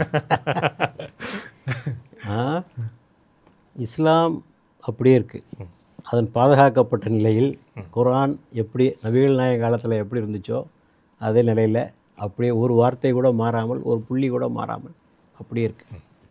அதே மாதிரி நபிகள் நாயகம் சொன்ன பொன்மொழிகள் அதுவும் அதே வடிவத்தில் இருக்கிறது. அதே போல் அதற்கு பின்னால் வந்த இஸ்லாமிய அறிஞர்கள் தொகுத்த நூல்கள், ஜூரிஸ்ப்ருடன்ஸ், அது இது எல்லாமே பாதுகாக்கப்பட்ட நிலையில் இருக்கிறது. எந்த ஒரு பிரச்சனையும் இஸ்லாத்திற்கு ஒன்றும் இல்லை. இஸ்லாத்தை பின்பற்றுவதற்குத்தான் இங்கே தடைகள் விதிக்கப்படுகின்றன. ஒன்று, அவர்கள் முஸ்லிம்கள் தனித்தன்மையுடையவர்களாக இருப்பதை விரும்பவில்லை, அசிமிலேஷன் கோட்பாட்டை பின்பற்றுகிறார்கள். அது என்ன, உங்களுக்கு மட்டும் என்ன ஒரு தனித்தன்மை இருப்பது? ஆகவே அது முஸ்லிம்களுக்கு மட்டுமில்லை, அது எல்லா இனத்தையும் சொல்கிறார்கள், தமிழர்கள் எல்லாத்தையும் சேர்த்தான். ஒரே நாடு, ஒரே மொழி, ஒரே கலாச்சாரம், ஒரே உணவு, ஒரே உடை, தானே பேசிகிட்டு இருக்காங்க. ம். இந்த பன்முகத்தன்மைக்கு இவர்கள் வேட்டு வைக்கிறார். ஆமா. அதில் இஸ்லாமும் மாட்டிக்கிடுது. வேற்றுமையில் ஒற்றுமை. ஆமாம், அப்படின்றது. அதை விட்டுட்டு ஆமா. அதுதானே நம்ம இணைக்கும் சக்தி. அதுதானே அதான் நம்முடைய இணைக்கும் சக்தி. இவர்கள் அந்த ஒற்றுமைங்கிறத வந்து விட்டுட்டு என்ன எல்லாம் ஒன்று தான், ஆமா. ஒற்றை கலாச்சாரத்தின் பக்கமாக இவர்கள் செல்லுகிறார்கள். இப்போ அதில் நாங்களும் மாட்டிக்கிறோம். இங்கேயும் வந்து இஸ்லாத்தில் வந்து நீங்கள் உங்களுக்கு தனி ஷரியத்து இருக்கக்கூடாது, யூனிஃபார்ம் சிவில் கோடு உங்களுக்கு இருக்க வேண்டும், மற்றபடியான சட்டங்கள் என்று உங்களுக்கு ஒன்று இருக்கக்கூடாது, நீங்கள் யூனிஃபார்ம் சிவில் கோடு ஒன்றை கொண்டு வந்து தான் உங்களை சரி பண்ண வேண்டும் என்று சொல்லுகிறார்கள். இருக்கலாம், இஸ்லாமிய ஷரியத்தில் சில தவறுகள் இருக்கலாம், அதை செயல்படுத்துவதில் முஸ்லீம்கள் மத்தியிலே சில தவறுகள் இருக்கலாம். ஷரியத்தில் தவறு இல்லை, முஸ்லீம்கள் மத்தியில் தவறு இருக்குது. அதை சரி செய்ய வேண்டியது முஸ்லீம்கள். அது பொதுவாக இப்போ இந்து மதத்தில் ஏதாவது கோளாறு இருக்குன்னா அதை சரி செய்ய வேண்டியவர்கள் யார்? இந்துக்கள். கிறிஸ்தவ சமயத்தில் இருக்குன்னா அதை சரி கிறிஸ்தவர்கள். நாம் வெளியிலேருந்து உள்ள ஆள் என்ன அங்கே உள்ளே போக வேண்டியிருக்கு, அது வேலையும் செய்யாது. இப்போ கிறிஸ்தவ சமுதாயத்தில் போய் என்னால் சீர்திருத்தம் கொண்டு வர முடியுமா? முடியாது. அதே மாதிரி அந்த சீர்திருத்தத்தை செய்கின்ற பொறுப்பை நீங்கள் முஸ்லீம்களிடத்திலே விட்டு விடுங்கள், அவர்கள் அதை செய்வார்கள். அதில் நீங்கள் ஏன் தலையிடுகிறீர்கள் என்று சொன்னால் உங்களுக்கு உள்நோக்கம் இருக்கு. முஸ்லீம்களுக்கு ஏதாவது ஒரு வகையில் தொந்தரவு கொடுத்து கொண்டே இருக்க வேண்டும் என்ற ஒரு உள்நோக்கத்தில் தான் நீங்கள் அங்கே வர்றீங்களே தவிர முஸ்லீம்கள் நல்லா இருக்குன்னு வரல. என்ன சொல்கிறாங்க, முஸ்லீம் பெண் பார்த்தீங்களா ஒரே மூச்சில் தலாக் சொல்கிறான், முஸ்லீம் பெண்கள்லாம் எவ்வளோ கஷ்டப்படுறாங்க. சரி, நீங்கள் சொல்வதை ஏற்றுக்கொள்வோம். ஆனால் நீங்கள் முஸ்லீம் பெண்களுக்காக இவ்வளோ கவலைப்படுகிறீர்கள் என்று சொன்னால் குஜராத்தில் ஆயிரக்கணக்கான முஸ்லீம் பெண்கள் பாலியல் வன்புணர்ச்சிக்கு ஆளாக்கப்பட்டார்களே, அப்போ எங்கே போனீங்க? எத்தனை பெண்கள் கொடுமைகளுக்கு உள்ளான அனாதைகளாகவும் கணவனை இழந்த விதவைகளாகவும் ஆனார்களே. உண்மையிலே உங்களுக்கு இஸ்லாமிய பெண்கள் மீது அக்கறை இருக்கும்போது அங்கெல்லவா செஞ்சுருக்கணும் இல்லையா? ஒன்றும் செய்யலை நீங்கள். ஆகவே இது உங்களுடைய போலித்தனம். நீங்கள் முஸ்லீம்களுக்காக உதவிக்காக வருவது என்பது முதலை கண்ணீர், வேறு ஒன்றும் இல்லை. ஆக அசிமிலேஷன் செய்ய விரும்புகிறார்கள். இரண்டாவதாக அவர்கள் ஒதுக்கி வைக்க பார்க்கிறார்கள். அலினேஷன். அவர்களோடு கொடுக்கல் வாங்க வைத்துக் கொள்ளாதீர்கள், சொத்து வாங்காதீர்கள், சொத்து கொடுக்காதீர்கள், இந்துக்கள் வாழ்கின்ற பகுதிகளை அவர்களை குடியேற விடாதீர்கள், அவர்கள் பகுதிகளுக்கு நீங்கள் போகாதீர்கள், அவர்கள் கடையில் நீங்கள் சாமான் வாங்காதீர்கள் என்று அலியனேஷன். எப்படியெல்லாம் அவங்கள வந்து ஒதுக்கி வைக்கப்பட்ட ஒரு சமுதாயமாக ஆக்க முடியுமோ அதற்கான எல்லா முயற்சிகளையும் மேற்கொண்டு இந்துக்கள் மத்தியில் விஷத்தை விதைத்து இந்த பணியை ஒரு புறம் அவர்கள் செய்து கொண்டே இருக்கிறார்கள். இன்னொரு புறம் அதனுடைய உச்சகட்டம் கலவரங்கள், வகுப்பு கலவரங்களை தூண்டிவிட்டு உயிர் உடைமைகளுக்கு அழிவும் பாதிப்பும் ஏற்படுத்தி அவர்கள் மத்தியிலே ஒரு விரக்தியை ஏற்படுத்தி சொல்கிறாரு. அஸ்ஸாமுடைய சீஃப் மினிஸ்டர் சொன்னதை படிச்சிருப்பீங்க, யஷ்வந்த் ஹேமந்த் சர்மா. நீங்கள் ஒரு முஸ்லீம் ரிக்ஷாக்காரன்ட்ட போய் ரிக்ஷாவில் ஏறினா அவன் 5 ரூபா கேட்டால் நீங்கள் 4 ரூபா தான் கொடுக்கணும். யார் சொல்கிறது? யார்? Chief minister, chief minister of a state. இப்படி நீங்கள் சொன்னீங்கன்னா விரக்தி அடைஞ்சவன் இங்கே அஸ்ஸாமை விட்டு அவன் ஓடிடுவான். எப்படி? யாரும் அடிக்கலை, நீதிமன்றம் உட்பட யாரும் அடிக்கலை. ஒரு ஒரு முதலமைச்சர் பேசுகின்ற பேச்சா இது? சொல்லுங்கள், பாருங்கள் இல்லையா? இந்த மாதிரி பிரதமர் வரை பேசுகிறார்கள். ஆக அவர்களை அழித்தொழிக்கின்ற பணியிலும் ஒரு வகை. ஆக ஒரு பக்கம் அசிமிலேஷன், ஒரு பக்கம் அலியனேஷன், ஒரு புறம் அனிஹிலேஷன். இவை எல்லாமே நடந்து கொண்டிருக்கிறது. இதெல்லாம் நாட்டுக்கு நல்லதா? நீங்கள் எத்தனை பேரை கொண்டு விடுவீர்கள்? இந்த நாட்டில் 20 கோடி முஸ்லீம்கள் இருக்கிறார்கள். எத்தனை பேரை கொண்டுருவீங்க இல்லையா? இப்படியே வெறுப்பை ஏற்றிட்டே கொண்டே இருந்தால் நாட்டினுடைய வளர்ச்சி பாதிக்கப்படுமா படாதா? நாட்டில் கவனம் செலுத்த வேண்டிய விஷயங்கள்லேருந்து உங்களுடைய கவனம் எங்கே போயிருக்கு பாருங்கள். நீங்கள் ஆட்சியில் அமர வேண்டும் என்பதற்காக 2 சமுதாயங்களை பிளந்து ஓட்டுக்களை வாங்கி நீங்கள் பதவிக்கு வந்து விடுகின்றீர்கள். மக்கள் மத்தியில் எவ்வளோ ஆழமான வெறுப்புகள் விதைக்கப்படுகின்றன. இது எத்தனை காலத்துக்கு நீடித்து நிற்கும்? இது எத்தனை தலைமுறைக்கு இது நீடித்து நிற்கும்? இது நாட்டுக்கு நல்லதா? நாட்டுக்கு நீங்கள் சேவையாக செய்கின்றீர்கள். இதன் மூலமாக நாட்டுக்கு என்ன நன்மை விளைகிறது? உங்களுக்கு நன்மை விளையுது. இதையெல்லாம் பெரும்பான்மை சமுதாய மக்கள் சிந்தித்து பார்க்க வேண்டும். என்னுடைய வேண்டுகோள் அதுதான். எவ்வளோதான் நாங்கள் சொன்னாலும் ஏழையின் சொல் அம்பலம் ஏறாது என்று சொல்வார்களே, அதை போன்று சிறுபான்மையினர் குரல் ஓரளவுக்கு தான், ஒரு மட்டத்துக்கு வரது தான் வரும், அதுக்கு மேலே போகாது. ஆக பெரும்பான்மை சமுதாய மக்கள் இதனால் நாட்டுக்கு என்ன லாபம்? இந்த முஸ்லீம்களை இப்படி படிப்பதனாலும் இப்படி அவர்களை ஒதுக்கி வைப்பதனாலும் சும்மா மாட்டு இறைச்சி சாப்பிட்டானா அவனை அடிக்கிறது இல்லையா, லவ் ஜிஹாத்னு கொண்டு வர்றது, இல்லாத இல்லைலாம் கொண்டு வந்து அதையே பேசிக்கொண்டு இப்படி இருந்தால் நாட்டினுடைய உண்மையான பிரச்சனையிலிருந்து மக்கள் கவனம் திசை திருப்பப்படுகிறது அல்லவா? வேலையில்லா திண்டாட்டமாக இருப்பது, வறுமையை ஒழிப்பது, இவற்றை பற்றி அல்லவா நாம் அதிகமாக பேச வேண்டும். அதை விட்டு இதையே பேசிக்கிட்டு இருந்தால் இந்த நாடு எந்த நிலையை நோக்கி போகும்? உலக அரங்கில் நம்முடைய மரியாதை என்னவாகும்? மன்மோகன் சிங் ஆட்சியில் இருந்தபோது பிரான்ஸுக்கு போகிறார். அது எப்படிப்பட்ட தருணம்னா, காந்தமால், ஒடிசாவில் காந்தமாலில் கிறிஸ்தவர்கள் தாக்கப்பட்ட நேரம். ஒரு பாதிரியாரும் அவருடைய குழந்தைகளும் உயிரோடு எரிக்கப்பட்டார்கள். அந்த சமயத்தில் போகிறார் பிரான்ஸுக்கு. அப்போது அங்கே சர்கோசி அவர் தான் அங்கே பிரதம மந்திரியாக இருக்கிறார். அவர்கிட்ட பேசிட்டு வெளியே வரார்.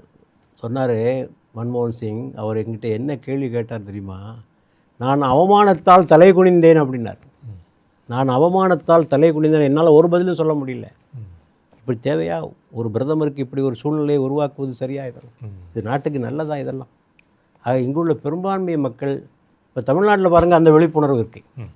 தமிழர்கள் ரொம்ப தெளிவாக இருக்காங்க. இங்கே வேண்டாயா, உன் கச்சேரி எல்லாம் இங்கே வச்சுக்காத, இங்கே நாங்கள் அமைதியாக வாழ்ந்துட்டுருக்கோம். இங்கே இந்து முஸ்லீம் கிறிஸ்தவம் எந்த வேறுபாடும் எங்களுக்கெல்லாம் கிடையாது. பக்கத்தில் பள்ளிவாசல் இருக்கும், சர்ச் இருக்கும், கோயில் இருக்கும். நாங்கள் அமைதியாக வாழ்ந்துட்டுருக்கோம். இங்கே வந்து ஒன்றும் கெடுக்காத மூட்டையை கட்டிட்டு போட்டு தமிழ் மக்கள் தெளிவாக இருக்கின்றார். இல்லைன்னா திருப்பரங்குன்றம் என்ன ஆகிருக்கும்? இதுவே வடநாடாக இருந்தால் இந்த திருப்பரங்குன்றம் பிரச்சனை என்னவாக ஆகியிருக்கும்?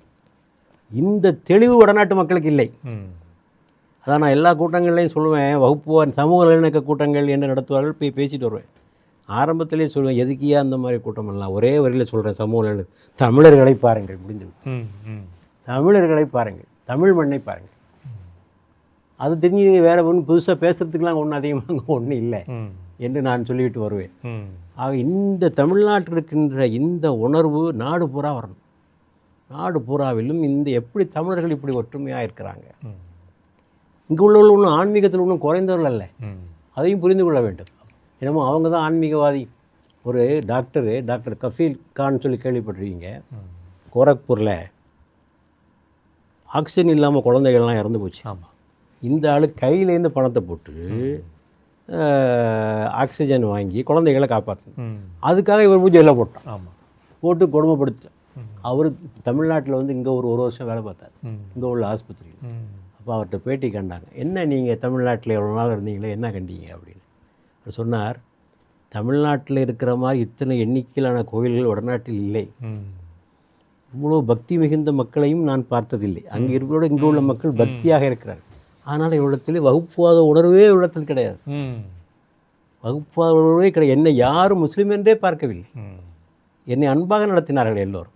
ஆக பக்தி வேறு, வகுப்புவாதம் வேறு. அங்கே நடப்பது பக்தி அல்ல, அது வகுப்புவாதம். ஆன்மீகம் வேறு, வகுப்புவாதம் வேறு. அந்த தெளிவில்லை அவங்களுக்கு. ரெண்டையும் போட்டு குழப்பிக்கிறாங்க அவங்க. பக்தின்னு சொன்னால் இன்னொரு சமுதாயத்தை அடிக்கிறதான் பக்தின்னு நினச்சிக்கிட்டு இருக்காங்க. இங்கே தமிழ்நாட்டில் அதெல்லாம் இங்கே என்ன பிரச்சனை இருக்கிறது? எல்லா கோயில்கள்லேயும் நடக்குது. இல்லையாவது பிரச்சனை இருக்கா? இல்லையா? மதுரையில் கள்ளழகர் ஆற்றுல இறங்குறாரு, ஏதாவது பிரச்சனை இருக்கா? திருவல்லிக்கேணியில் முஸ்லீம்களும் இந்துக்களும் ஒன்றா வசிக்கிற போது தான் திருவல்லிக்கேணி பார்த்தசாரதி கோயில் திருவிழா நடக்குது, என்ன பிரச்சனை இருக்கா? மயிலாப்பூர் 63 விழா நடக்கிறது, ஏதாவது பிரச்சனை இருக்கா? கார்த்திகை தீபம் நடக்குது, அங்கே ஏதாவது பிரச்சனை இருக்கா? ஒன்றும் இல்லை. இந்த விநாயகர் ஊர்வலம் மட்டும் ஏன் பிரச்சனை ஆகிறது? அது ஆன்மீக ஊர்வலம் அல்ல, அது அரசியல் ஊர்வலம், வகுப்புவாத ஊர்வலம், திட்டமிட்டு செய்யப்பட்ட ஊர்வலம். ஆகவே பிரச்சனை வருது. 10,000 போலீஸ் போடுறாங்க, 10,000 போலீஸ். மற்றவங்களாம் போட்டாங்களா அப்படி? ஆக தமிழ் மக்கள்கிட்ட அந்த தெளிவான பார்வை இருக்கு. ஆன்மீகத்தையும் வகுப்புவாதத்தையும் போட்டு குழப்பிக்கொள்ளக்கூடாது என்ற ஒரு உணர்வு, இந்த தெளிவு என்றைக்கு வட இந்திய மக்களுக்கு வருகிறதோ அப்போதான் அந்த பிரச்சனை தீரும். நிறைய விஷயங்கள் பகிர்ந்துக்கிட்டீங்க. இஸ்லாத்தில் வந்து பிற மதங்கள் அவங்களுடைய கொள்கைகள் கோட்பாடுகள் பிற மதத்தினருக்கு இருக்கக்கூடிய பகுதிகளில் நாம் எப்படி என்ன மாதிரியான காரியங்களை கடைபிடிக்கணும் அப்படின்ற சட்டத்திட்டங்கள்லாம் இருக்குன்னு சொன்னீங்க.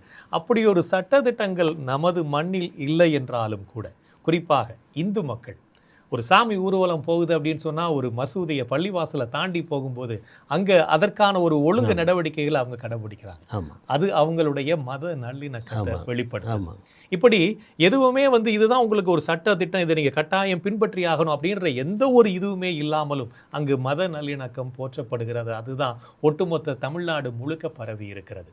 நிச்சயமாக அந்த மத நல்லிணக்கம் இஸ்லாத்தோடு இணைந்து பயணிக்கும். தமிழ்நாட்டில் உள்ள இந்த மத நல்லிணக்கம் ஒட்டுமொத்த இந்தியாவுக்கும் பரவும் என்ற நம்பிக்கையோட இந்த சந்திப்பை நிறைவு செய்யலாம். நன்றி, வணக்கம். நானும் உங்களுக்கு எனது ஆழ்ந்த நன்றியை தெரிவித்துக் கொள்கிறேன். இந்த நிகழ்ச்சியில் என்னை பங்கேற்க செய்ததற்காக நன்றி. பொறுமையாக நான் கொடுத்த பதில்களை எல்லாம் நீங்கள் அமைதியாக உள்வாங்கியதற்கும் நன்றி.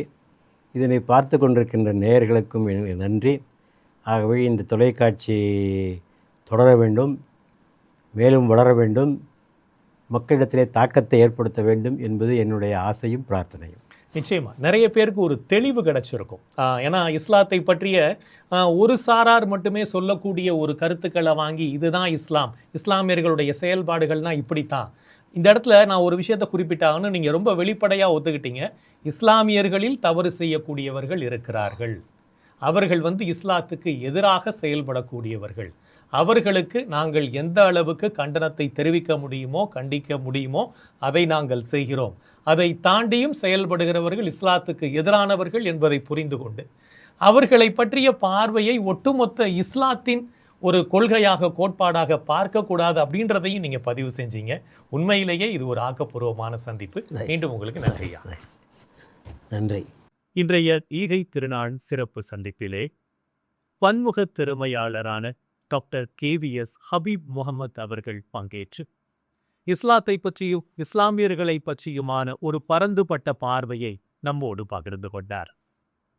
இஸ்லாமிய சகோதரங்கள் அனைவருக்கும் இனிய ஈகை திருநாள் நல்வாழ்த்துக்களை தெரிவித்துக் கொள்கிறோம். மீண்டும் மற்றொரு நிகழ்ச்சியில் சந்திக்கலாம். நன்றி, வணக்கம்.